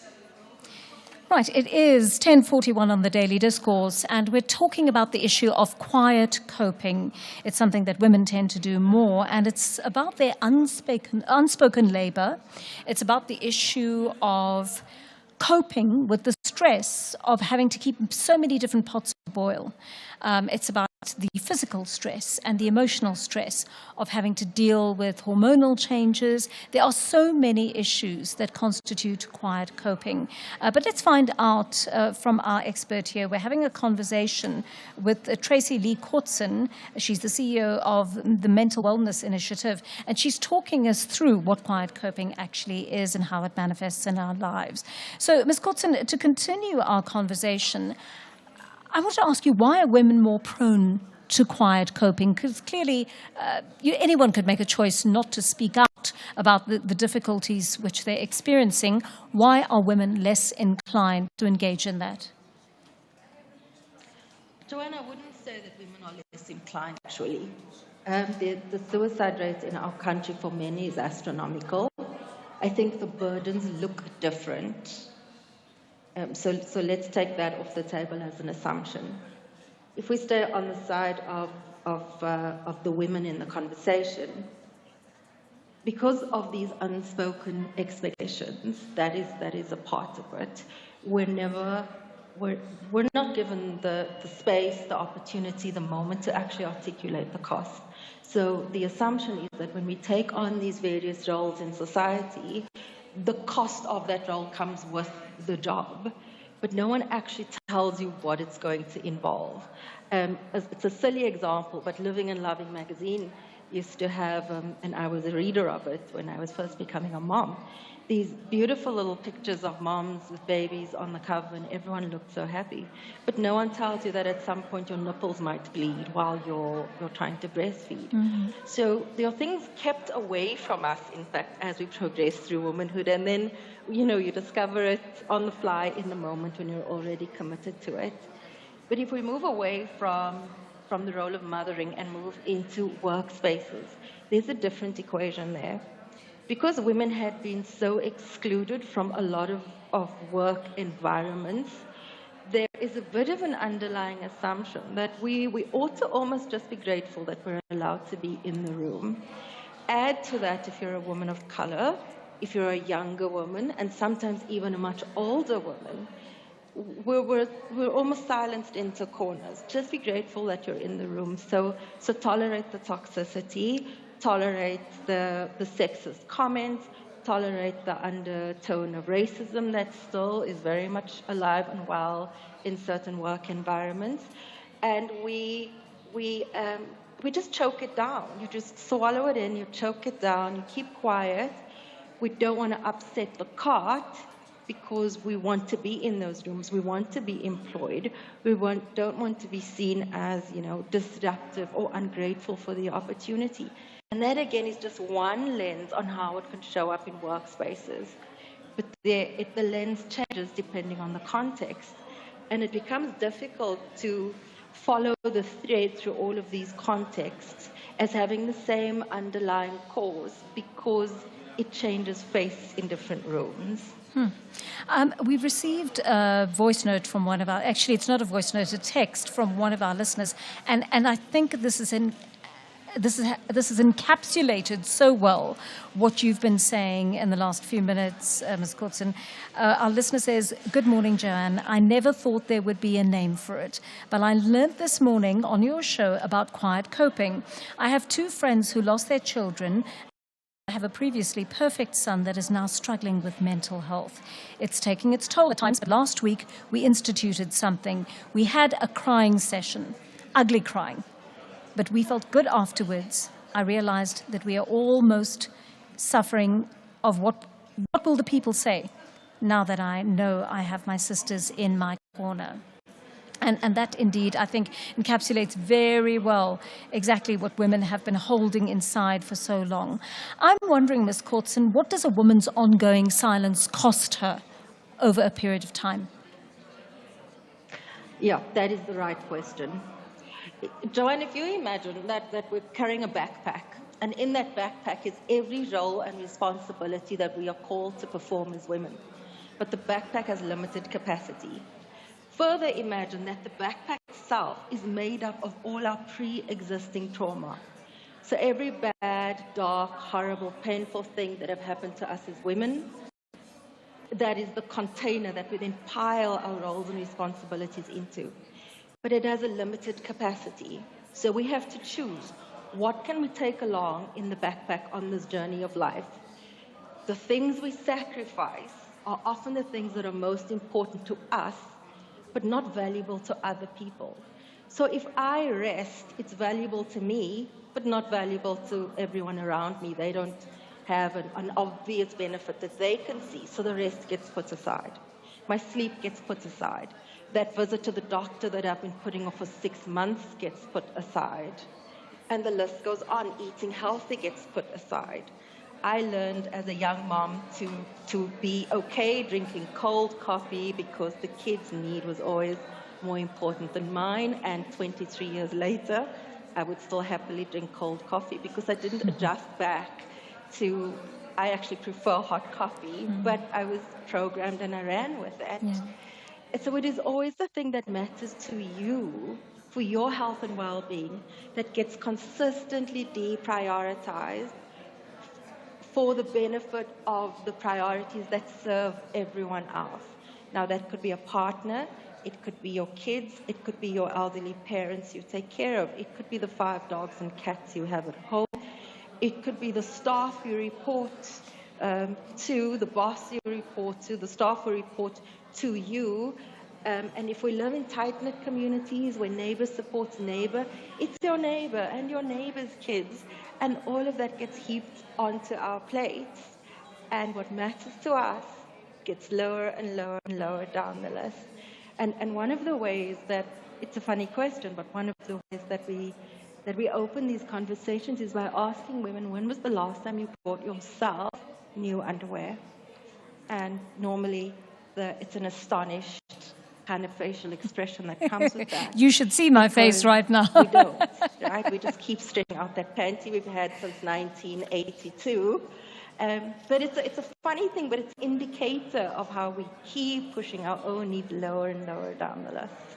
Sure. Really very, very interesting talking to you. And what a simple question. But I think, yes, I had exactly that expression on my face when you asked that question. Thank you for unpacking for us what is a really serious thing. Tracy Lee Courtson, CEO of the Mental Wellness Initiative, talking to us there about quiet coping. And now that we have opened the conversation, we need to find the coping mechanisms and start implementing and changing that trajectory that we had ourselves on for so long.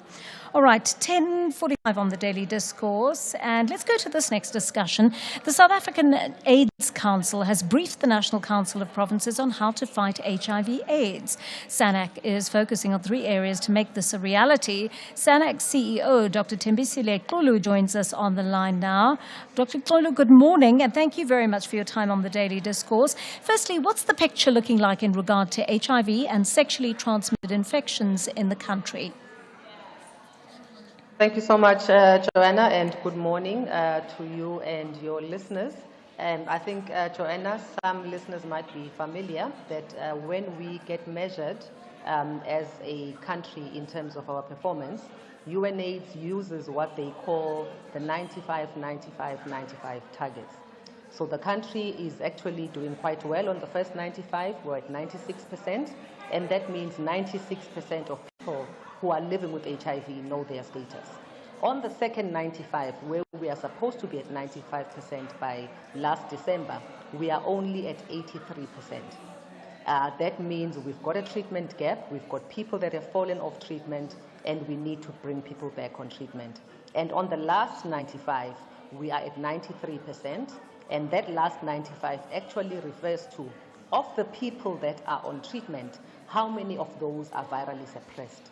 So if it refers to the 83%, it's already a lower number, but what is worrying is that we need that number to increase the second 95, so that when we assess the third 95, it actually gives us confidence, Joanna, that the people that are on treatment are staying on treatment, they are virally suppressed, therefore they are no longer able to onward transmit HIV sexually based on what we have seen in the science, which we are referring to as U equals U, or undetectable equals untransmittable. So we've done well over the years since we've introduced treatment, pre-exposure prophylaxis and prevention, but the new infections are not coming down as much as we'd like them to, and we have got people that we need to bring back on treatment. Hence, our Honourable Minister launched the 1.1 million to bring back people onto treatment.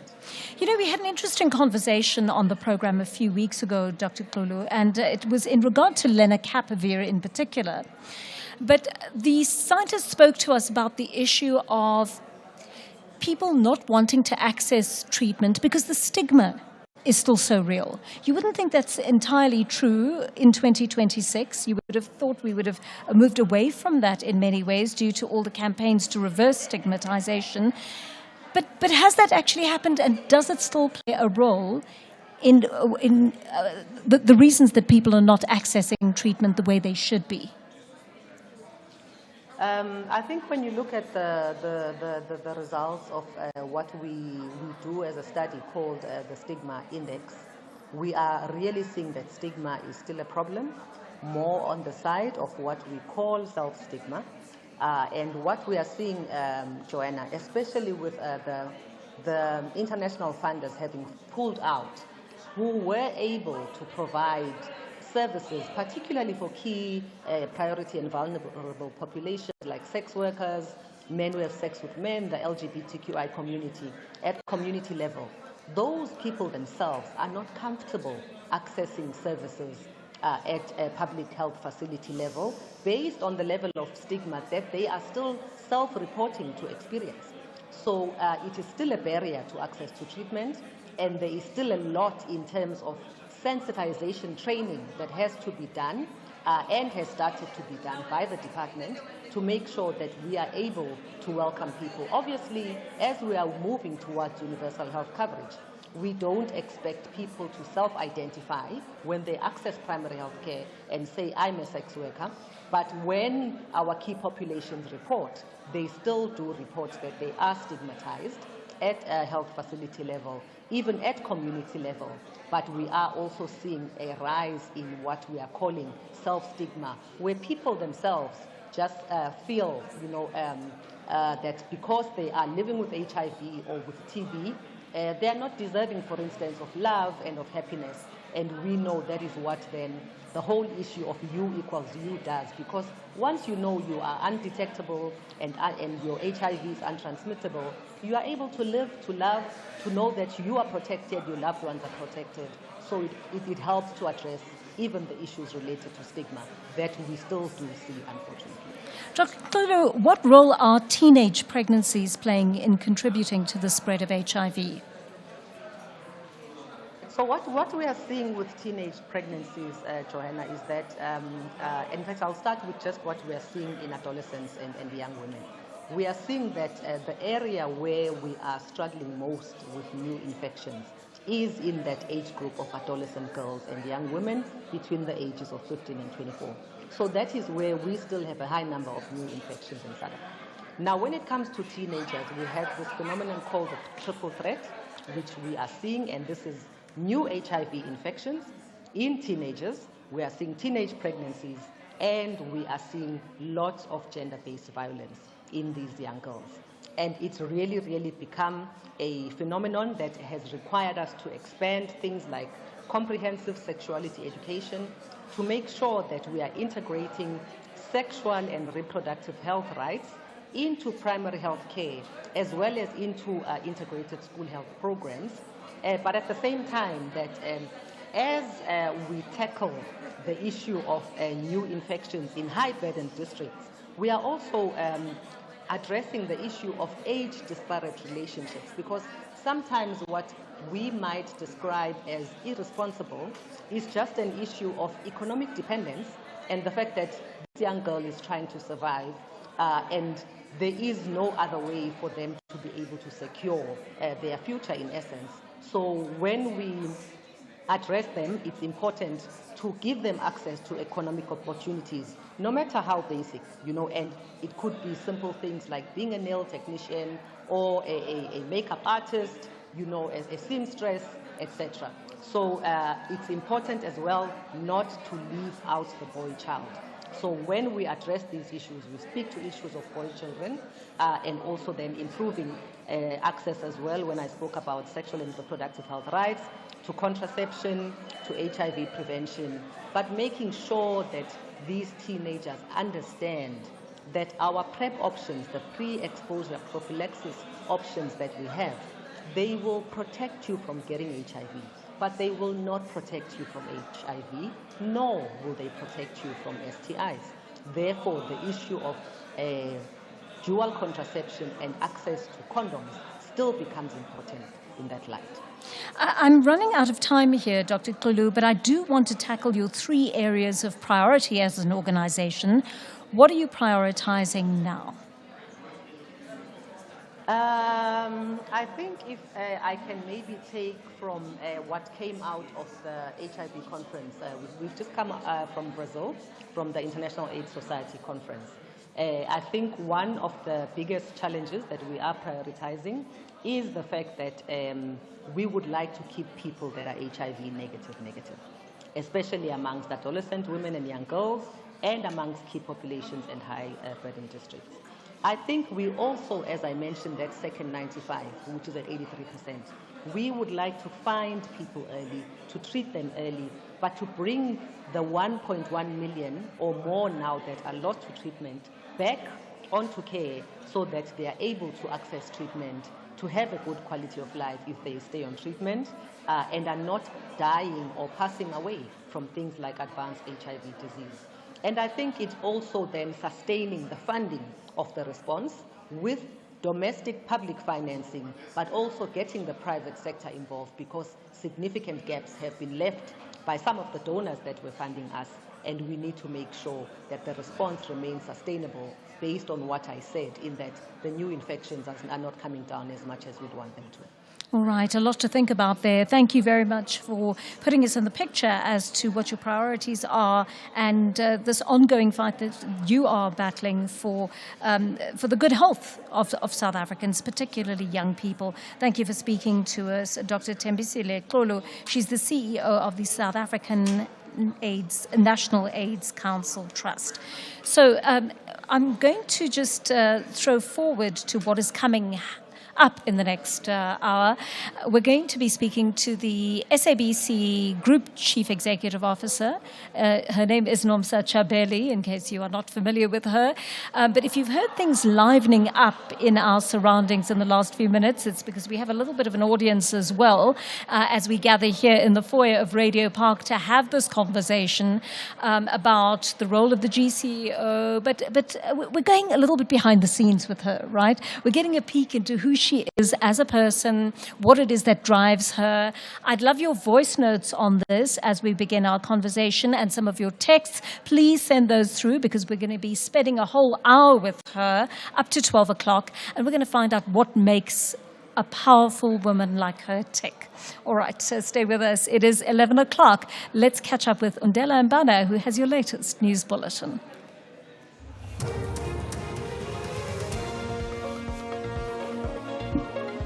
Okay.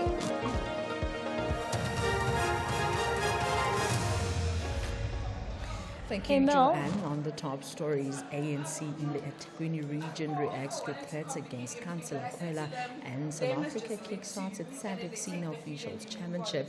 For SAfm News, I am Yeah, they came elected. They want to throw to me. They want to have a conversation or what? The ANC in the eThekwini region says they are not aware of any threats against. Are they taking live? We don't have a third camera. Do they know that? We don't have an established job. Hello, well, thanks, and you. Hi, Molly. Lovely to see you. Hi, Nomsa. Assistance. The KwaZulu-Natal political case task team has taken over the investigation into the shooting. Speaker of the eThekwini municipality, making yourself available. Regional convener Tabani says he was not made aware of any threats prior to the shooting. So, Mel, a couple of things. Guys, can you please give me my voice back in my ear? Yeah, please, because this is unbearable. Okay, so I've got an echo already. I've still got an echo, but it's worse than before. Yeah, no, so please, I think I need the least bad echo that I can have. Okay, Thank so you. I was saying, and then they must themselves and then just take the food. Why don't Joanne walk you through the do they want? We can't see them. So we don't want to what it looks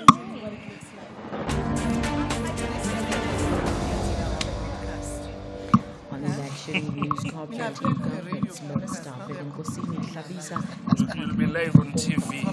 The date for the local government elections following launching the new election period. So, Joanne, you want your voice back here? As political parties you want your voice back? municipalities across the I'm country. really struggling. I've made so many until midnight to register. Indeed, today, the 7th of August, is a day on which the government gazette for our country is going to release the proclamation which officially announces for November 2026 as the date of the local government elections. We have been talking about this date, and today I am making it official that the people of South Africa must have their say and bring a fresh air in the local government space. The Ikwezi political movement says the state is dragging its feet in the case against its leader and Bito Deputy Mayor Nokuzola Koloapi. Koloapi made a brief appearance in the Plattenberg Bay Magistrates Court yesterday on charges of contravening the Environmental Conservation Act. In December last year, she allegedly fired a gun in a residential area during her son's traditional homecoming ceremony. Koloapi claims it was a toy gun.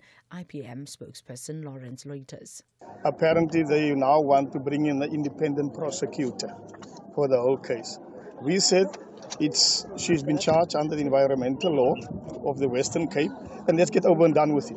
We've got more serious things to deal with. Elections are coming up and stuff. So this is all about food dragging, and some of the political parties here are trying to push us away, but it's not going to happen. It's not going to happen in Plattenberg Bay. We're here to stay.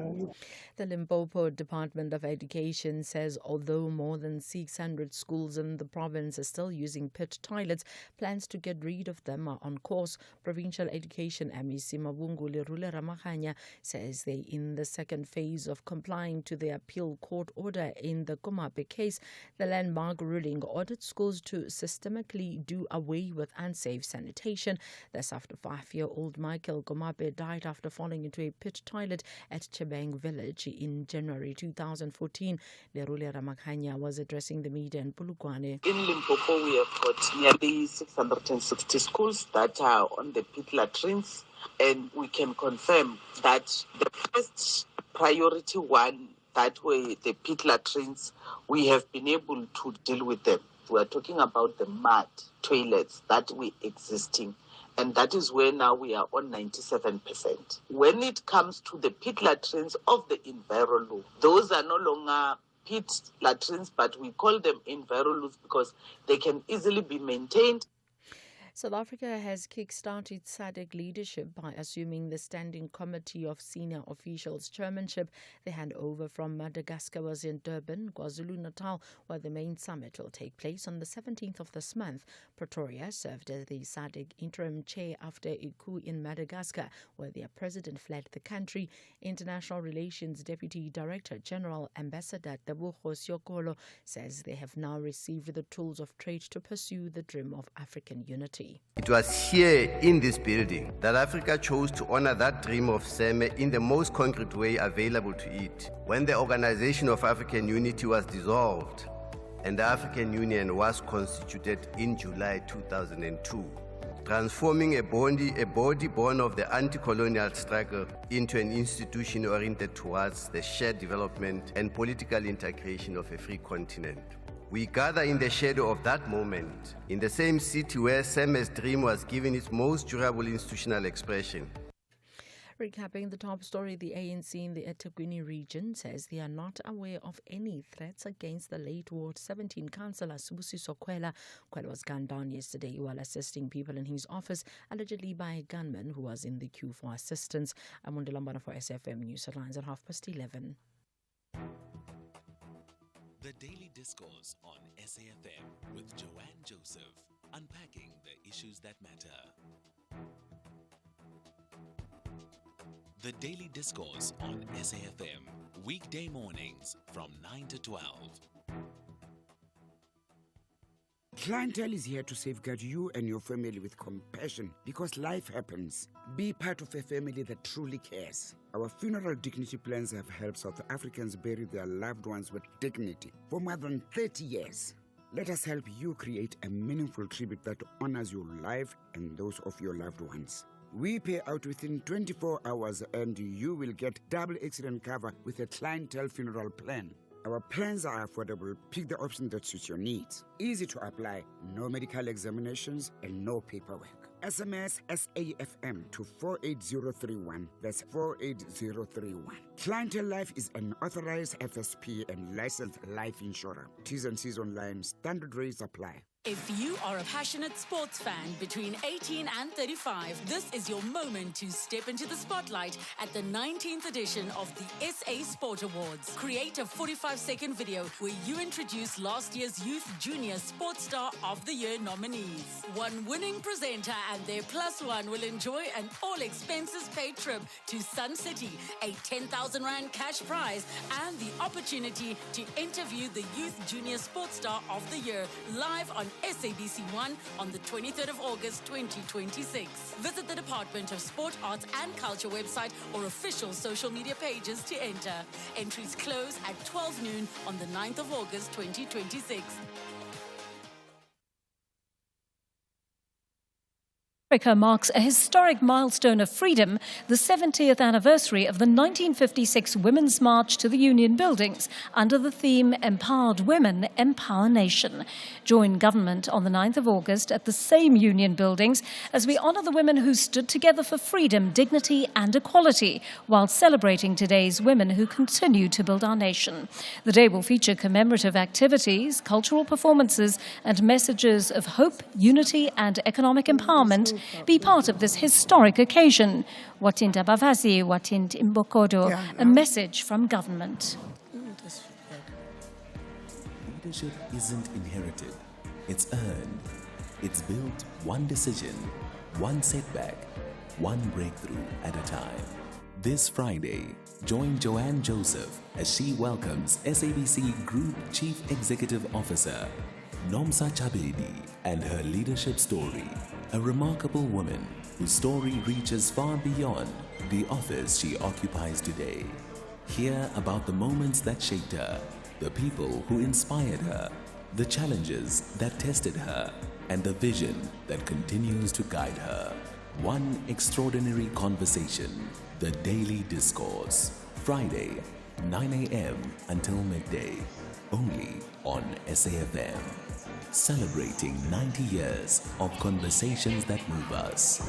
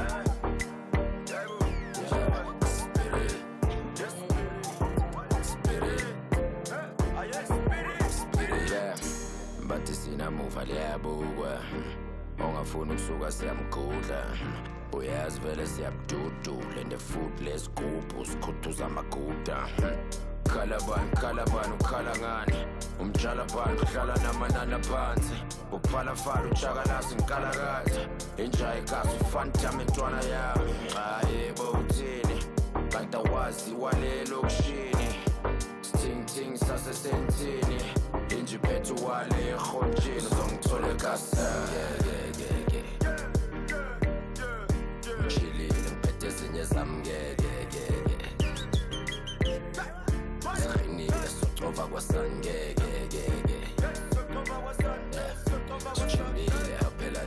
It is 11 minutes past 11 here on the Daily Discourse. Welcome to the third hour of our program. Lovely to be with you. I am Joanne Joseph. And of course, we have a very special next hour coming up. It's Women's Month. And we thought it a wonderful opportunity to showcase the work of powerful women driving change in our society. Nomsa Chabeli is one such woman. She took over as SABC Group CEO in March 2024. And she spent the last 2 years and a bit repositioning the organization to take its place as the foremost broadcasting organization on the continent. But as with any top job, this doesn't only require acumen, it requires a love for media, also a sense of humanity that has to permeate the work of a public broadcaster dedicated to serving its people. Nomsa Chabeli, welcome to the Daily Discourse on SAfm. Lovely to have you with us. Thank you, Joanne. It's such a privilege to be here with you today. Thank you so much. Well, I don't know if anyone has asked you, but what have the last couple of years been like at the helm of the SABC? It's been quite a journey being at the helm of the SABC, and as you saw, when you introduced it, SABC plays a very critical role in South Africa's society. SABC is a very complex organization with a very complex history. True. And the reality is that it's an institution that is challenged in so many ways, in a sense that it exists in a media sector that is highly disrupted by modern, technology and digital transformation. But yet the SABC, in terms of its structure, has never really transformed, in a sense that we are legislated by the Broadcasting Act that is archaic and outdated. But we live in a modern world where the modern consumer, the modern content consumer has changed. Audiences have changed. Audiences consume content from a multi-platform perspective. Yes. But one has come into an institution with such a strong legacy, with such strong brands, and with amazing people. So there's the much positive side, but there's also the complexity that requires, investment ahead of the curve and a different thinking process. I mean, we see this high-powered woman going about her business from day to day, but we don't often give much thought to where it all began for you. And I understand you grew up in Soweto. I'm curious to know what it was like being raised in a place that is such a bastion of history. It has seen a sense of community unfold, but also it was a place of much turbulence for many years in this country. What was it like growing up there? So the reality is that I grew up in Rockville in Soweto, and you can imagine as a youngster, that's all I knew, in a sense that was the community in which, strengthened me. I learned a lot from my neighbors. I grew up in a very neighborly organization. I went to school in primary school, and I tell my children that I used to walk for a good 8 kilometers probably every day to school and walk back in the afternoon. And strangely, I never felt unsafe, which is some of the challenges that we face here today. Today, I don't think I'd allow my children to walk for such a distance. True. But every morning and every afternoon, I walked with my siblings, with my neighbors, that distance to go from Rockville to basically, at some point, to White City, where I did my primary schooling, and then also, to Mulapo, when I was, in a higher primary, as they call it. And I grew up in an amazing community of Rockville. Rockville has produced some of South Africa's greatest leaders. Yes, and I think that's the funny part. We always, talk about it to say we grew up not realizing what was surrounding us. Yeah. What is it about Rockville that produces I think it's in the water. But I think it's in the people who led us. It's in our parents who were very committed, who were very resilient. I was talking to someone yesterday and I said, I have the honor of having had two very strong grandmothers on both sides. I'm named after my paternal grandmother. And she was an amazing woman, entrepreneurial. My grandmother never worked for anyone in her life. So I often wondered how she made it. But she was a hustler in those days. She made clothing, she sold clothes, and so that's where I grew up. And I had amazing siblings. My parents got divorced later on when I was around 13. But because of just the strength of my family, of my aunts, my mother, I became the person I am today. And I always say I was surrounded by very strong women. Yeah. That's what I know about women of character, women who never gave up. And that's basically the people who brought me up, who made me who I am today. And they imprint that on you, don't they? They imprint their sense of independence, their ethics, their resilience. Tell me about that curiosity in you that developed and was encouraged in the family in which you grew up, because you were obviously a smart kid. So my father was a very hard taskmaster. My father never accepted you coming number two. And it was very difficult, I think, because I might maybe have been smart to a certain extent, but I was very shy and very withdrawn. And my dad didn't really suffer fools gladly, and he was very hard, and because he just didn't understand where the shyness came from. Yes. Whilst the sibling who came after me was a very social person. So it was like chalk and cheese. So even today in Rockville, when you say, oh, Nomsa, they say, oh, Ntabiseng's sister. Really? I kid you not. Even after you became GCEO of the SABC? I think it's still a joke in the neighborhood, because I think people look at it and they know this scrawny, tiny, shy young girl, So for them to basically look at the trajectory, it makes them very proud. But it's a history that you can't shake. But it's also a history that makes me proud. It makes me smile. So that's literally how, I was brought up, in a sense that, so with my shyness, I had books. So that's where I spent most of my time. I read a lot. And I remember I entered a competition. We used to have the readathon. It was sponsored, and I remember going to my teacher and complaining about the books she had chosen for me, because I wanted the easier books that everybody had. And she said to me, are you telling me you can't read this book? You've got the weekend, and on Monday let's discuss it. And I went on to win the readathon. It was a national competition.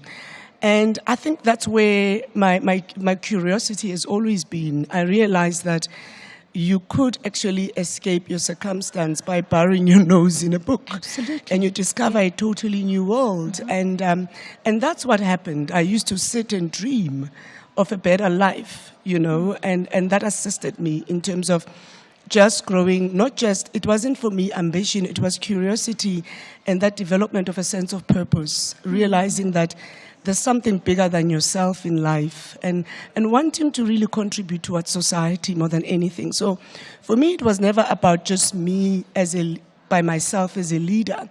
It was about impact and what I could do to better myself and to better the people around me. And that was important to me. I mean, that is an astonishing moment, right? And one sometimes struggles to pinpoint that moment in your life when you decided, I'm going to be different. I'm going to do something exceptional. It's not always a conscious decision, especially for an introverted person. But once you set yourself on that path, you're suddenly traveling towards something entirely different, aren't you? To a lot of other people around you, let's be honest. No, it's very true. I think once you realize it, I remember when I was at UCT at the business school, I did a course, I was there for a year, and I recall that we were doing a leadership module, and they were asking us about when did you realize the path that you had chosen? And I was 23 years old, turning 24, and I remember thinking, I haven't yet.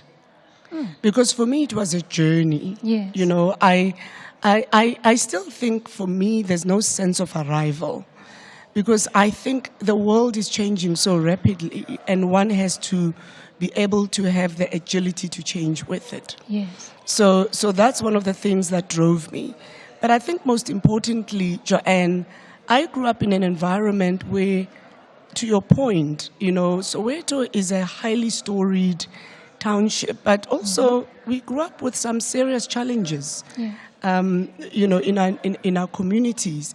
And one of the things that really drove me as a person, that made me who I am today, was the observation of people who overcame seemingly insurmountable challenges, the triumph of the human spirit. And that's what drives me. That's genuinely, I think that was what Oprah Winfrey would say, my aha moment. Yes. Because I sat back and I thought, who am I to actually complain when I've been so blessed? When I'm surrounded by people who are far less than me, but they are more concerned about my success. Now, one of the things I always remember, there was a young boy who used to walk me to the taxi in the morning, because I grew up in a very volatile township, and those who know, then there was something called Jack Roll, where genuinely they used to gang rape women. Yes. It was unsafe for you to walk in the street. I mean, my mother said, go and buy bread. I would really be in tears, because I don't know how I would buy the bread and come back without entering in some sort of having to defend myself with a boy standing at the store. And it could turn very bad. And this, he took it upon himself. And this was not the best young man in the neighborhood. He himself was of questionable character. But for some reason, he liked me. He saw something in me. And he used to walk me every day to the taxi and wait for me in the afternoon. And we'd lost touch as things happened when I went off into my own path in the world. And I one day got a phone call that he'd been shot dead. Gosh. And I remember how devastating that was for me. But also in reflection in terms of the life that we choose. We don't choose where we are born, but we can choose our paths. And that was for me such a tragic moment. But I've always had that memory that I am because so many people decided to have an interest in me. Yes. And people who decided to trust me when I didn't deserve their trust, people who instilled that confidence in me that made a difference, So, and that's how I reflect on my journey and also my childhood, that I was built by so many people. So in African culture, when we say a child is raised by a village, it's one thing I can genuinely attest to. Because like I say, my parents got divorced and all of a sudden our lives were disrupted. But we managed to carry on. And for me, having those strong grandparents that literally just decided to take over and raise their grandchildren, it's really why I'm sitting here today. And there are many people, though you are very humble, clearly, and I sense your gratitude for everybody who has invested in you over the course of your life. There are people who are very proud of you out there. One of them is Tebe Ikalefeng. He is, as you know, a brand specialist and a Pan-Africanist at heart. And I think he's proud of the work you've done. And so he's called into the program and he's asked to have a word. So we're going to give him a little bit of airtime. Tebe, good morning to you. And thank you very much for calling into the Daily Discourse. Thank you for joining us for our reflections here on Nomsa Chabeli's life.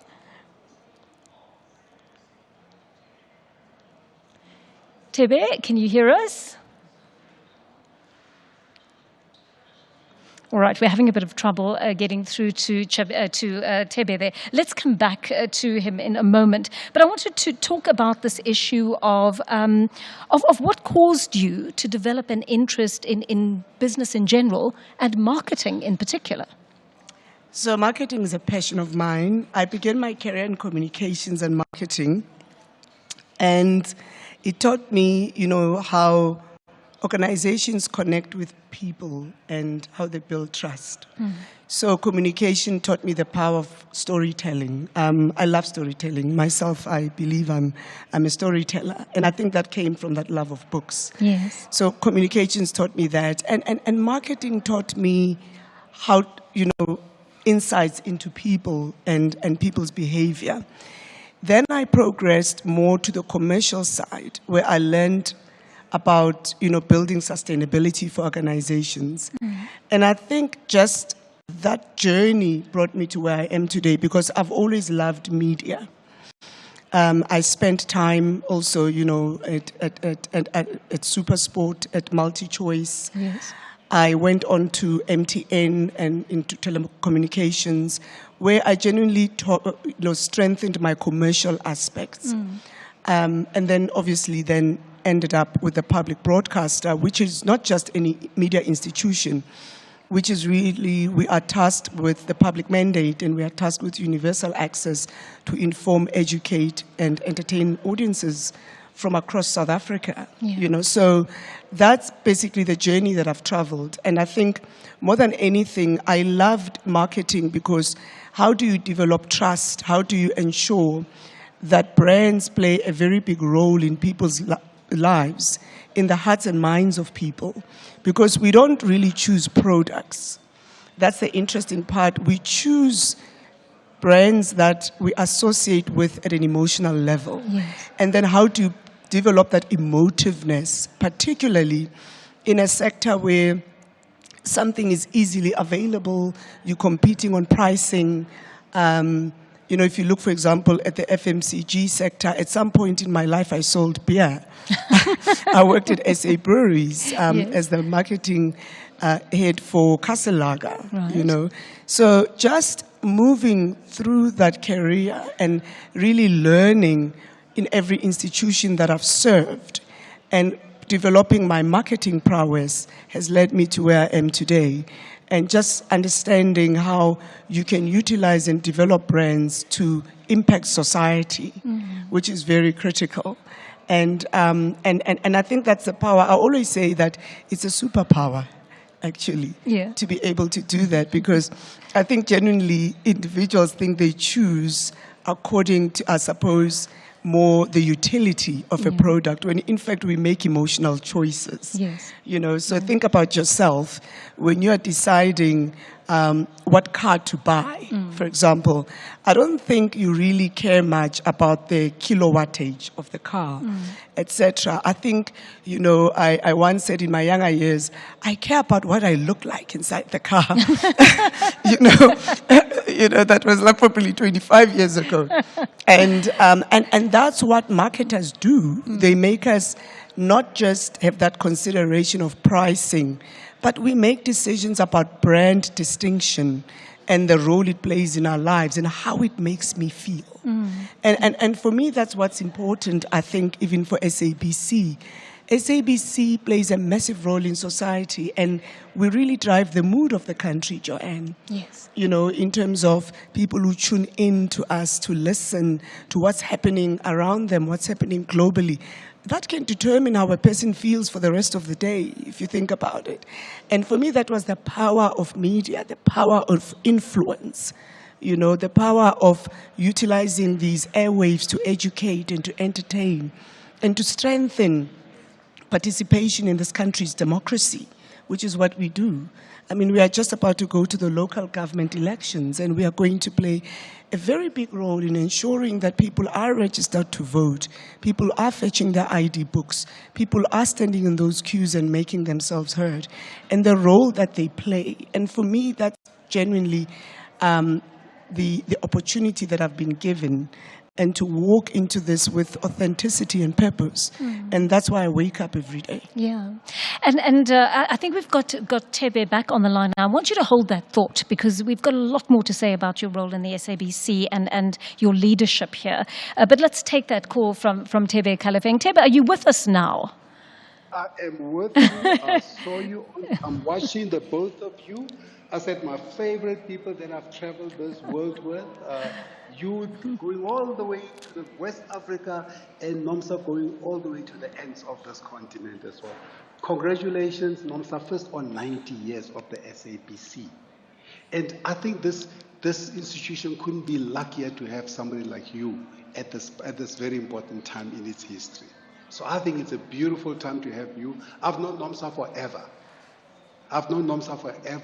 The first Cricket World Cup CMO, the first Cricket World Cup held in this country, she was at the helm of it as a CMO. Huh. The CMO of South Africa's Nation brand. Now the CEO of SABC. So clearly, she is a woman who's called to lead this country at the most important institutions that drive our narrative, that drives our story, and that is why I love about her, because there couldn't have been anybody better. You know, when she talks about purpose and authenticity, that's what we want, and that's what we're getting with her.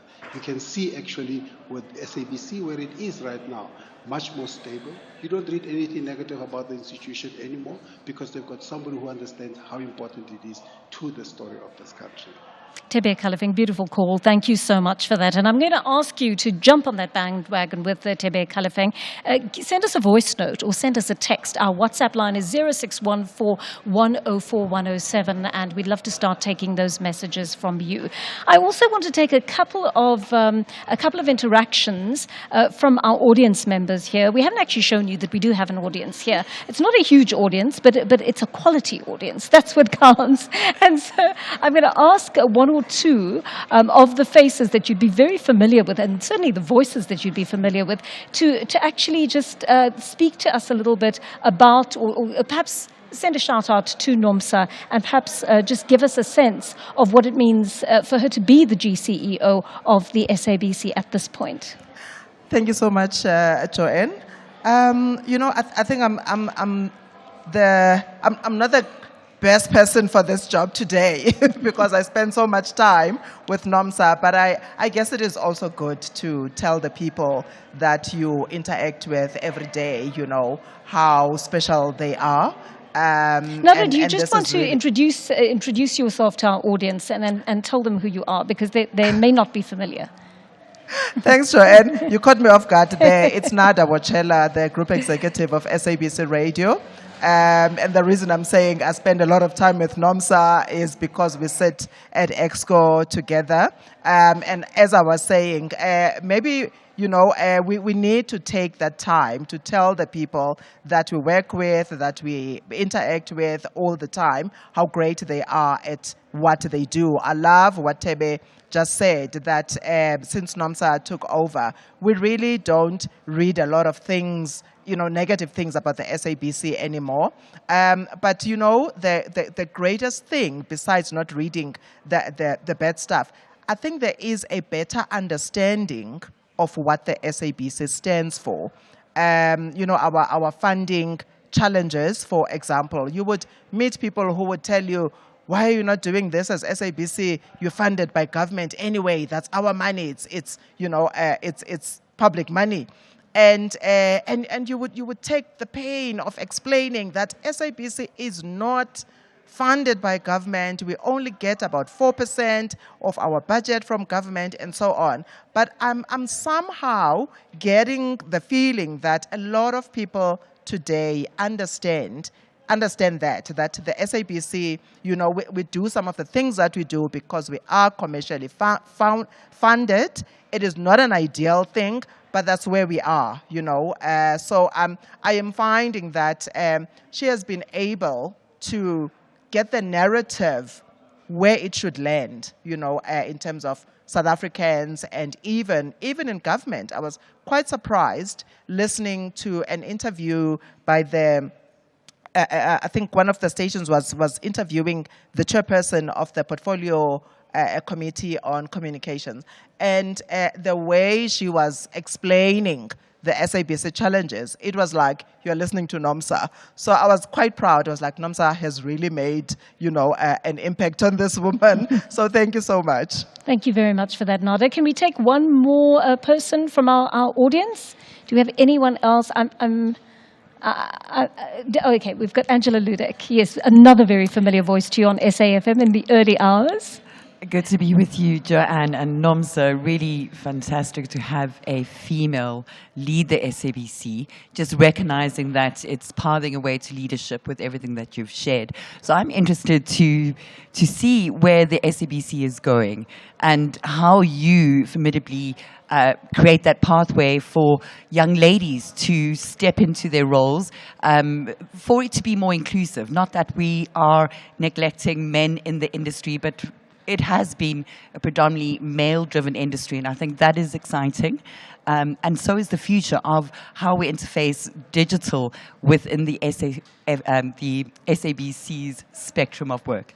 All right. So let's actually respond to some of those questions if we can, Nada. I'm going to get to the issue, Nomsa, we're going to get to the issue, Nada's issue of funding in a moment. But let's start off with that. And I want to also couch it within this question. Because I heard Stephen Groote speak about this on his show with Kathy Motlahlana this morning, the breakfast show. And they spoke about, firstly, the issue of the people inside the SABC. This is people who keep the show on the road every day, thousands of people who come to work faithfully and keep those broadcasts on air, wall to wall, right, 24 hours a day. And those people are very wounded by some of the happenings in this organization in the last few years. I think what was mentioned was the Hlaudi Motsoeneng era, and the damage that was done to people from an emotional point of view.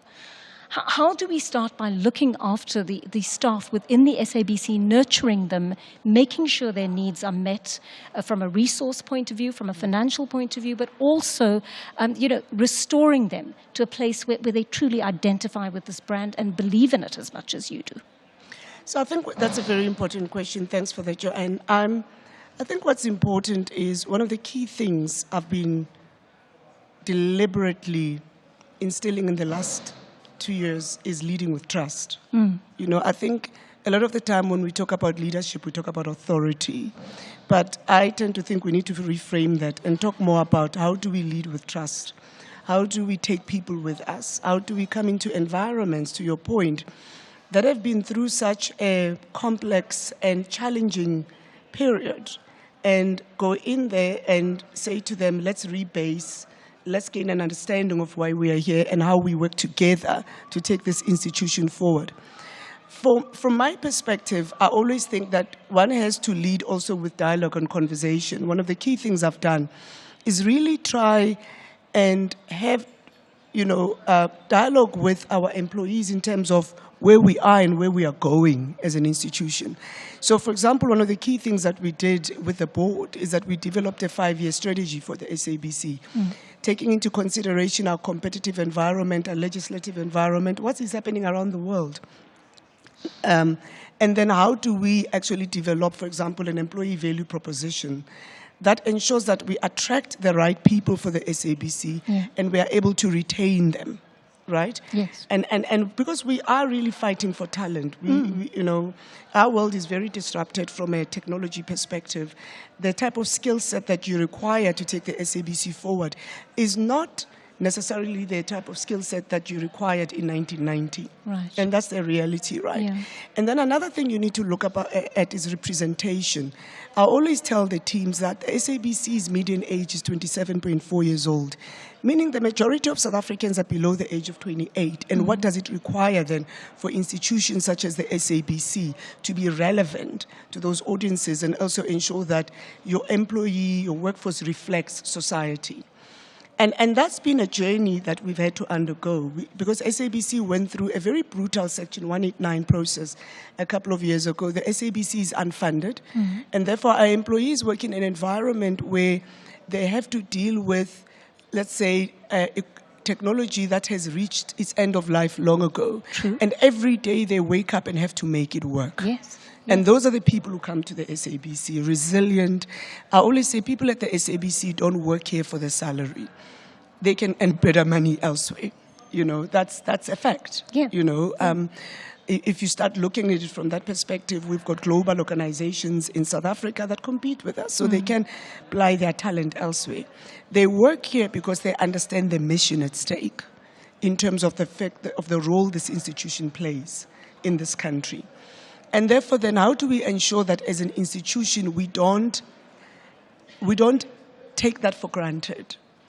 And we've been working very closely as EXCO and the board saying, how do you really develop this employee value proposition, taking into consideration that you don't have the resources that a lot of other organizations have in terms of building that? Yeah. How do we create a better work environment, a safer space for people to work? How do we actually bring in the right leaders that are going to lead this institution? You know, so those are really the questions we've been grappling with, and we've seen some progress. When I arrived at the SABC, our employees had not been receiving salary increases for 3 years, and we were not making a profit. In fact, the previous year we had declared a loss of close to 800 million rand. And when I came in, the first thing I had to deal with were labor issues. And that's what really took a lot of my time, engaging with the unions and trying to get an understanding and trying to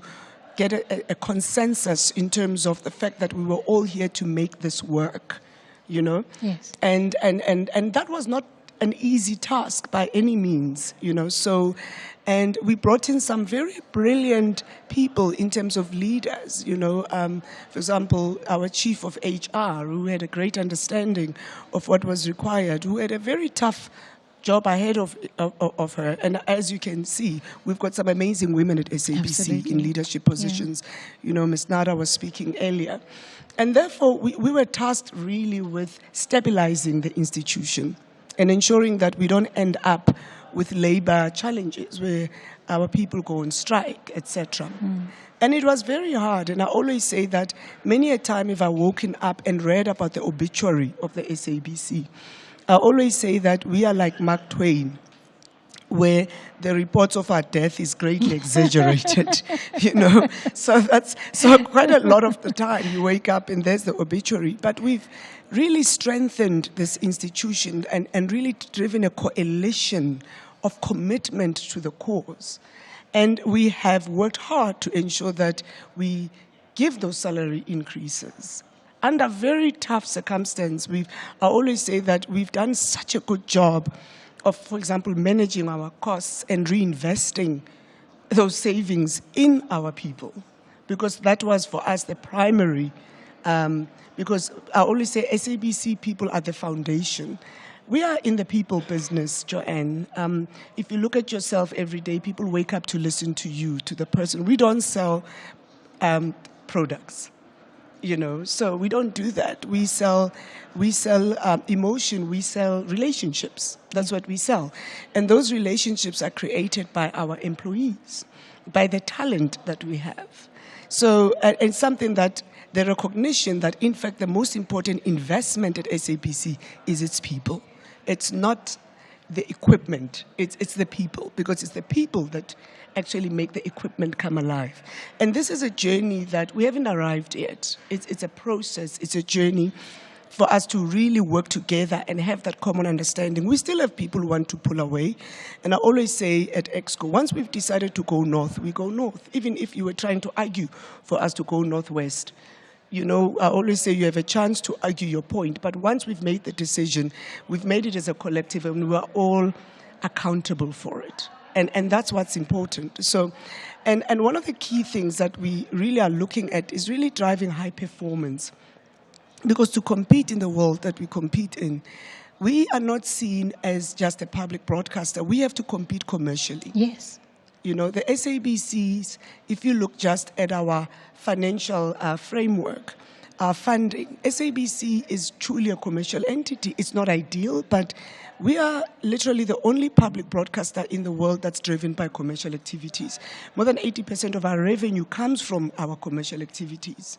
Because by itself, the SABC was structured in a sense that the funding was supposed to come from the TV licensing. Yes. But we know that we have an 85% evasion rate people in South Africa don't pay for their TV licenses, unlike the BBC, unlike in other countries, where even though it's first world countries, it's highly funded by the state and by the people of the country. We, on the other hand, have to compete with commercial institutions for advertising, for sponsorship, and any other commercial activity. Let me ask you on that note, because you spoke about the changing industry. It's a changing market that's consuming media. And just this week, we've been reminded of the jobs bloodbath in the local media industry. How does the SABC's model, its funding model, need to change to keep up and to become profitable in the next few years? So I think the most important thing is that there needs to be a recognition about the role that the SABC plays in South African society. For me, what we currently have to do is take our commercial revenue to fund the public mandate in a development state. Mm-hmm. We talk about a development state. We talk about, the MTDP targets. We talk about the fact that we live in a country where, let's be genuine, the majority of our people rely on the SABC to be informed and educated. Yes. Now, if the purpose of the SABC is simply to drive profitability, then we've lost sight of what the public mandate is all about. We are in a situation where, yes, that's what we have to do because we don't have a choice. But ideally, we are asking for legislative parity. The SABC is not coming with a begging bowl. In fact, we are capable of driving the profitability of this institution. We do it on a daily basis, despite the handcuffs that we have. Now, Joanne, the difference between us and our competitors is that the public mandate is onerous and it's descriptive and prescriptive in the manner in which the SABC has to operate. Now, let's take SABC 1 as an example. Mm-hmm. We know that prime time is a period in which every broadcaster competes on audiences and revenue. But unlike anyone else, during prime time, the SABC has obligations in terms of our, ICASA licensing conditions to deliver on certain requirements, whether it's language requirements, etc. No one else has that. Yes. So they can do as they please and they can monetize as much as they want, where we know perhaps what audiences want. We know, in terms of the demographics, we have the insights, we have, but the reality is that at a certain time, you have to cut and bring in the content that is required to drive the public mandate and those ICASA requirements. Right. But you are still expected to compete at the same level as the commercial institutions. Do you think that's adequately taken into account? Is ICASA and is government considering that when it looks at how we manage our funding? No, it's not. It's genuinely not taken into account because the context is go and collect TV license revenue. That is the context. And people are saying, but I don't watch TV. Yeah. I'm streaming. Mm. I'm watching from the palm of my hand. I don't have a big screen on the wall that I'm watching. So that is not taken into account in the discourse that is currently taking place. And I think, in fact, the challenge that we have is that even our own citizens don't take that into account. In the fact that when we say pay your TV license, it's not because we're trying to pay ourselves a salary. It's because we are funding this public mandate. That is so crucial. Yeah. So for me, that is, we've been spending a lot of time to Nada's earlier point of building that coalition, that burning platform to say, let's gain an understanding of this funding model. Let's gain an understanding of the fact that the Broadcasting Act that really dictates how we run this organization is outdated. Disruption has taken place. Consumer behavior has changed. It's never going to go back. I always say we're never going to go back to pre-COVID days. Mm. It's never going to happen. Yeah. Transformation has taken place, and we need to move with it. And we've been unable to invest ahead of the curve.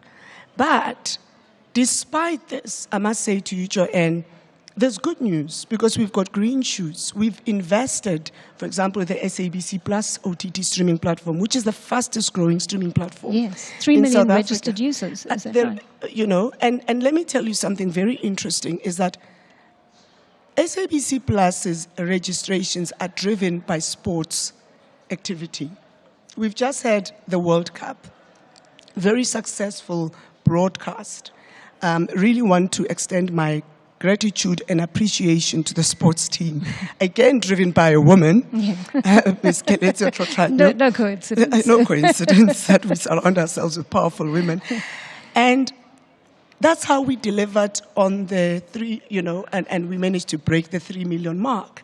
But Joanne, let me tell you something that's critical here, is that we have what we call sports of national interest, whereby the SABC is obligated to broadcast that sport. But we all know that sport is very commercial, because at the end of the day, rights holders have to develop a quality premium product for ourselves to watch sport. Yes. The rugby players, the football players, the athletes have to be paid. And we know that the greatest income from sports comes from broadcast income, from broadcast rights. Sponsorships, yeah. And therefore, for the SABC to broadcast sports, the SABC has to compete in the open market. There isn't a discount for the SABC. So it means that we have to actually have the commercial muscle to be able to bid for those rights and commercialize and monetize those opportunities. And for me, that's the ecosystem that I don't think we are having enough discourse in terms of how then people get to witness Bafana beating Korea. Yeah. On free-to-air, on the public broadcaster. It's because it's a commercial, a transaction that had to take place for us to go to FIFA and buy those rights for South Africans to be part and have an inclusive broadcast where they can witness a country moment. And that's the role that the SABC plays. And so your question, I don't believe there's enough understanding of the world in which we exist and what we do on a daily basis to orchestrate this ecosystem to deliver to our citizens, which are the most important shareholders of this institution. Spot on. Some lovely messages coming in, and one of them says, absolutely love Nomsa, not only having her as a family friend, but as an accountant. I have met 2 small business owners who have expressed how she gave them a foot in the door, allowing them to be the success they are today. She is an inspiration, says Nka. I mean, I find that really important for women like us who've been privileged enough to move into these spaces and be able to own them in certain ways, to be able to give a foot up and pay it forward to others, especially other women, who deserve that opportunity. How important is that to you as a leader? It's important to me because we sit here today because other women did that for us. Yes. Right, I said earlier, women who instill confidence, who opened the doors for us, and they ensured that the doors remained open. So one of the key things for me is about succession and ensuring that we build a pipeline of talent and we give opportunity. Because for me, if you can be as brilliant as you can, but if no one gives you the opportunity, you never really can realize what you're capable of. And that is why I often say that I do really appreciate the whole issue of having mentorship and being developed. I think it plays a critical role. However, I think it needs to be augmented with sponsorship. Because I think with sponsorship, doors get opened for you, people advocate for you in rooms that you are not in, which is very important. And it's something that men have done very well for themselves. Because men actually promote other men invite other men to the table, So for me, it's been very important that I open up the door for young people, for women, because I know that if I don't do it, who must do it? So I think we are tasked, Joanne, in the positions that we sit in to develop the pipeline and the institutions that we lead. We must actually recognize that we are here to basically, we are custodians of these institutions, and we have to leave them in a better way than we found it. And therefore, we must bring in the people who are going to actually take over after us and, play it forward and ensure that these institutions are there for 90 more years and being relevant in the audiences that they're going to serve then. So it's something that I've been very deliberate about giving those chances and actually changing the dynamic and changing the color, bringing in the diversity. Because by bringing in the diversity, we're bringing in different perspectives. Yes. And we're building a greater thinking engine. And for me, that's an exciting opportunity when you come across that and you're able to actually also empower yourself in reverse by learning from others. Because I also think mentorship is also in reverse. We learn from younger people. Yeah. I want to ask you about this because this comes up in a message that was sent to us. Congratulations, Nomsa, on successfully guiding SABC from a critical day one emergency to a stable and secure operational state. What do you think Ma Chabeli would say if she was still here today, and which of her character traits have you leaned into when the going gets tough, says Helen Dinawane? Oh, wow. So my mom passed away last year, and she was my greatest fan. I always say she was always the one who was waving the flag. And I'll tell you a joke. When I was appointed at SABC, you can imagine it's breaking news. And she phones me and she says, "Oh, I'm so tired of these congratulations." So she owned it. I love She that. was the one being congratulated. Basking in your reflected Basking glory. in that reflection. But that's what it's about. I think our success must rub off each other. Yeah. I think, she used to say that we fought for representation and we fought for a seat at the table. What she always used to challenge me with, she said, but now we must ask ourselves, now that we had a seat at the table, what did we do with it?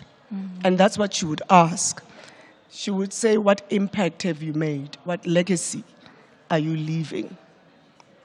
So that's what's important. I think that's what she would say.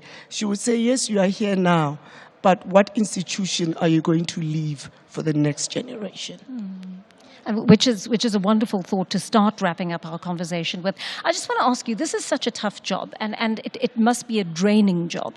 What do you do for fun? I'm a massive football fan. Are you?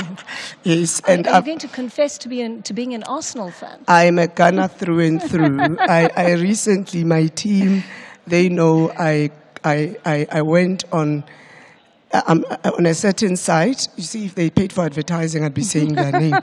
I went on a site, I booked myself a plane ticket to travel to Budapest to watch Arsenal in the Champions League final. So I'm a big football fan. Let's listen into this. Fine delivery, fine header. And the noise around the stadium is deafening. Well, that's what it means to this team. Arsenal have gone for the short corner nearly every time so far, and that delivery from Saka was on the money. And Havertz, right place, right time. Good header. No one's going to stop him there. But it's all about the ball into the box. It's all about Saka, who I think has had a great first half. You see the delivery right on the money. Look at Havertz, rises above everybody. No one's stopping that from hitting the back of the net. They kept it up for 30 plus minutes, Burnley, but couldn't hold on forever. Arsenal Premier League champions. Have those 4 words sunk in? Yeah, it's incredible to hear them, especially understanding the journey, the manner that we've done it, and how many people has been involved and waiting for so long to accomplish that goal. You don't realize it, probably. It's one of the best feelings I ever had. Suddenly the magic happened. My oldest son opened the garden door. He started to run towards me. He started to cry. He gave me a hug and said, "We are champions, Daddy."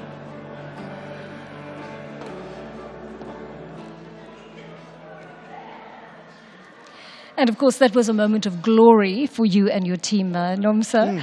But it also reminds me of our job as broadcasters, why we do what we do.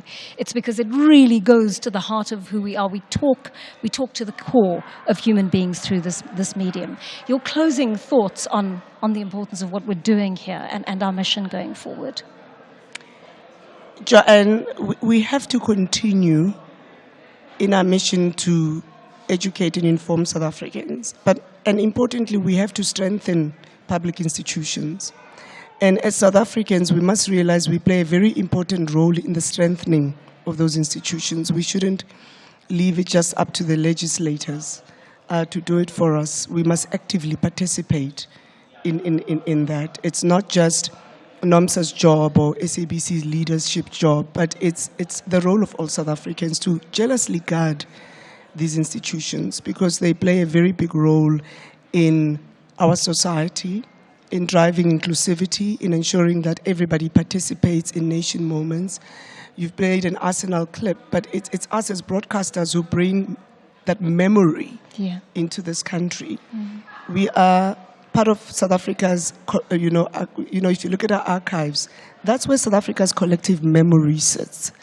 And it should never be taken lightly, because it really drives who we become going forward. And that's really what I'd like to close off our discussions with, and to say that as we, traverse this Women's Month, we need to recognize the role that women have played in society, from that famous march that we keep on, every time we celebrate in August, and what women have done to drive our dignity, to ensure that we are given the chance and that we lead institutions and we preserve them for collective memory. Well, we take up the mantle indeed, and thank you for doing so as the GCEO of the SABC. Thank you for making the time to come and speak to us today, and we wish you well in your journey going forward, in which you serve the entire country in this role. Thank you. Thank you. That is where we wrap up our program for today. Yes, may we have a round of applause from our audience, please? Thank you, and I hope you're applauding at home or wherever you're listening from. Thank you so much for listening into the Daily Discourse today, or watching it, as the case may be, from wherever you are. Have a wonderful, safe weekend. Take care. Bye-bye.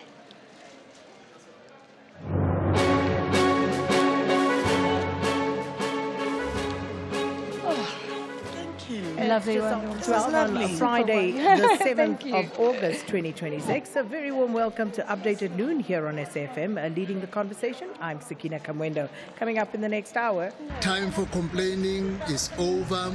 Let us look forward now with a determination to put a mark through our vote and bring a new dispensation.